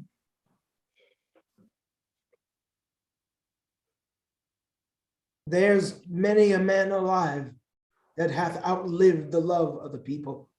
Yea, in the self-same state stands many a father with his child. Some comfort we have by so considering. We expire, and not without men's pity. To live still, have their good wishes. We prevent the loathsome misery of age, beguile the gout and rheum that in lag hours attend for gray approaches. We come towards the gods young and unwrapped not, halting under crimes many and stale, that sure shall please the gods sooner than such to give us nectar with them, for we are more clear spirits. My dear kinsmen, whose lives for this poor comfort are laid down, you have sold them too cheap. What ending could be of more content? Or us the victors have fortune, whose title is as momentary as to us death is certain, a grain of honor that not o'erweigh us. Let us bid farewell, and with our patience, anger, tottering fortune, who at her certainty reels. Come, who begins? Even he that led you to this banquet shall taste to you all. My friend, your gentle daughter gave me freedom once. You'll see it done now forever. Pray, how does she? I heard she was not well. Her kind of ill gave me some sorrow. Sir, she's well restored and to be married shortly. By my short life, I am most glad on't. 'Tis the latest thing I shall be glad of. Prithee, tell her so. Commend me to her, and to peace her portion, tender her this. Nay, let me offer as all. Is it a maid? Verily, I think so. A right good creature, more to me deserving than I can quite or speak of. Commend us to her. The gods requite you all and make her thankful. Adieu, and let my life be now as short as my leave taking. Lead, courageous cousin, we'll follow cheerfully.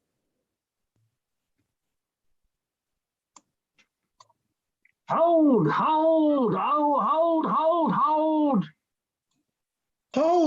it is a curse that you made if you have done so quickly. Noble Palamon, the gods will show their glory in a life that thou art yet to lead. Can that be, when Venus, I have said, is false? How do things fare? Arise, great sir, and give the tidings care that are most early, sweet and bitter. What hath waked us from our dream? This then, your cousin mounted upon a steed that Emily did first bestow on him, a black one, owing not a hair worth of white, which some will say weakens his price, and many will not buy his goodness with this note, which superstition here finds allowance. On this horse is Arcite, trotting the stones of Athens, which the Chalcans did rather tell than trample, for the horse would make his length a mile if it pleased his rider, to put pride in him, as thus went counting the flinty pavement, dancing as 'twere to the music his own hoofs made. For as they say, from iron came music's origin.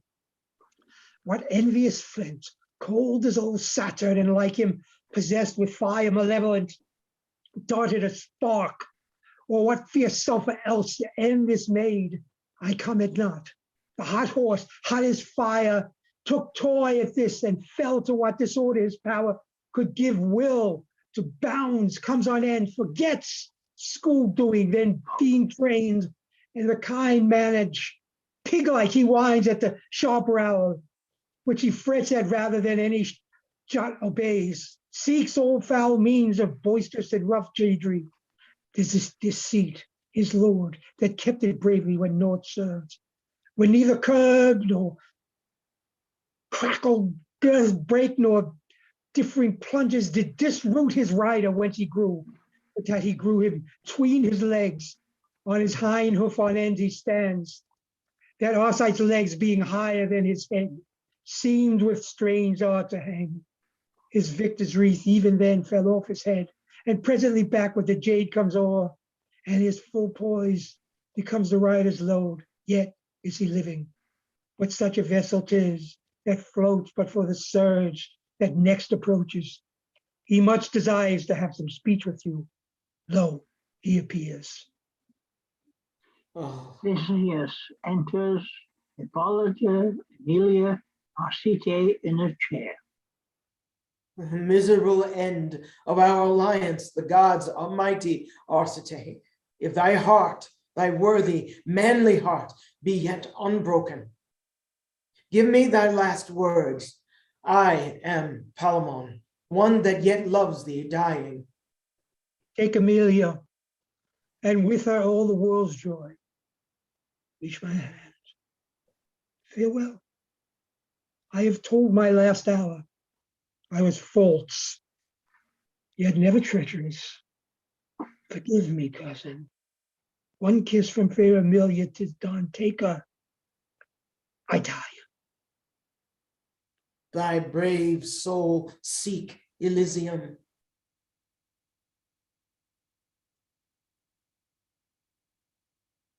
Amelia, you're on. Amelia, Amelia. Amelia. 149. You say, I'll close thine eyes, Prince. Amelia, where has that gone? Go for it. Oh. I'll close thine eyes, Prince. Blessed souls be with thee.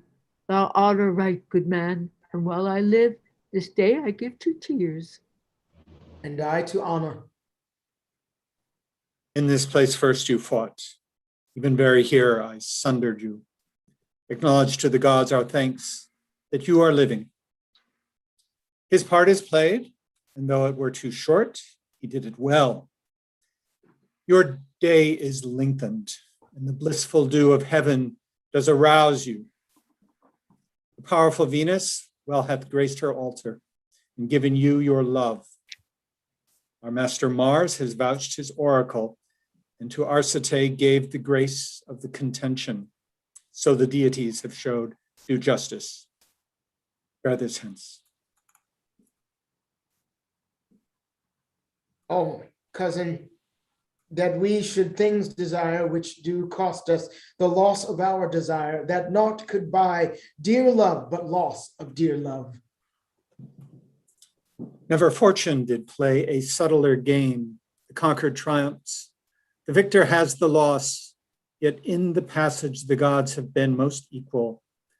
Palamon, your kinsman, hath confessed the right of the lady did lie in you, for you first saw her, and even then proclaimed your fancy. He restored your stolen jewel and desired your spirit to send him hence forgiven. The gods my justice take from my hand, and they themselves become the executioners. Lead your lady off, and call your lovers from the stage of death, whom I adopt my friends. A day or two, let us look sadly and give grace unto the funeral of Arcite, in whose end the visages of the bridegrooms will put on and smile with Palamon, for whom an hour, but 1 hour since, I was as dearly sorry, as glad of Arcite, and am now as glad as for him sorry. O you heavenly charmers, what things you make of us. For what we lack, we laugh. For what we have, we are sorry still. Our children in some kind. Let us be thankful for that which is, and with you leave dispute that are above our question. Let's go off and bear us like the time. I would now ask how you like the play, but as it is with schoolboys, cannot say. I am cruel fearful. Pray, yet stay a while and let me look upon you. Oh, no man's smile. That goes hard, I see. He that has loved a young handsome wench, then show his face. 'Tis strange if none be here, and if he will against his conscience, let him hiss and kill our market.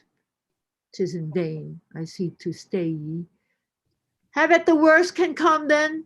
Now what say ye? And yet mistake me not, I am not bold, we have no such cause. If the tale we have told, for 'tis no other way, any way content ye, for to that honest purpose it was meant ye. We have our end, and ye shall have ere long, I dare say many a better to prolong. Your old loves to us, we in all our might rest at your service. Gentlemen, good night.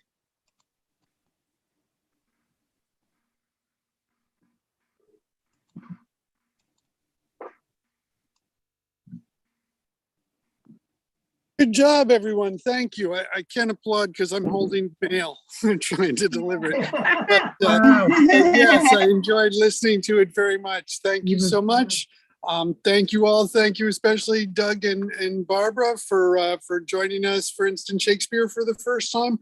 They recently, just in a mini midsummer that my wife had directed, they played Theseus and Hippolyta. And so I wanted them to do it in this play as well, which even though it has the same characters, they don't really seem very much the same, do they? Yeah, this is, you can really tell this is not a Shakespeare play. Well, thanks for having us. We really enjoyed it. Yeah, Except thank for the you. jailer's daughter. She's a prototype of the mad daughter in Hamlet. Well, it Ophelia. actually was probably written after Hamlet, and I Yeah, believe maybe that so. most of the stuff for the jailer's daughter is generally credited to Fletcher, because it's basically, I mean, there've been various sorts of scholarly things. Sometimes you do the thing, which scenes do you think are Shakespeare? Which do you think are Fletcher?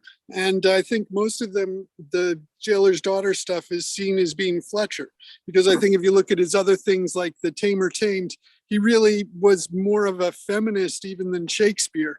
But I mean, we don't know. It's, except it does, in the title page, it does say by John Fletcher and William Shakespeare. So I think it's, many people sort of think it's like 2/3 Fletcher, 1/3 Shakespeare. I would say so. Yeah. Even it's like there's lots of lack of dramatic tension in some of the scenes. They just kind of keep on going on, and people giving long speeches without Yeah, and much. what- They're just what's kind of wrong? declaiming. Let me finish, please. Kind of declaiming without moving action along very much. You know, it's uneven. It's uneven. Yeah, and what is wrong with Amelia that she can't just pick one? Yep. Well, I mean, it's also, I mean, I just love that. I mean, the thing I think is so Shakespearean is the thing where they're like, the two guys are saying, "Oh yes, we'll always be the best of friends. Everything's great," and then they see a beautiful woman and they're like, "No, screw you, I want her." You know, She can't That's pick sort of- because they say whoever she doesn't pick dies. You know, so it's like, you know, it's hard to That pick. happens in Shakespeare. Yeah. Well, they could have just banished the other one. Well, that happened. I in must apologize That's not- to everyone for butting in with stage directions, but I tried to put them in where they were appropriate. I think it was very helpful, Angus. Thank you for doing Thank that. you. I do appreciate it. I do think, especially I mean, It's a I consider complex it is play. quite useful. Yeah. And it's also helpful when you're playing multiple roles to know who you're in as, is that point as well. So, Yeah, so that I do, I'm glad you did that. So thank you. no, my Yeah, pleasure. I'm going to be signing out. So Okay, well, I'll Okay, be still thank the live you. stream. Thank you, everyone. it was a Thank lot you. of fun. Really was It was fun. really was a lot of Yes, fun. it was. Thank you so much. Okay, I'm ending the live stream now.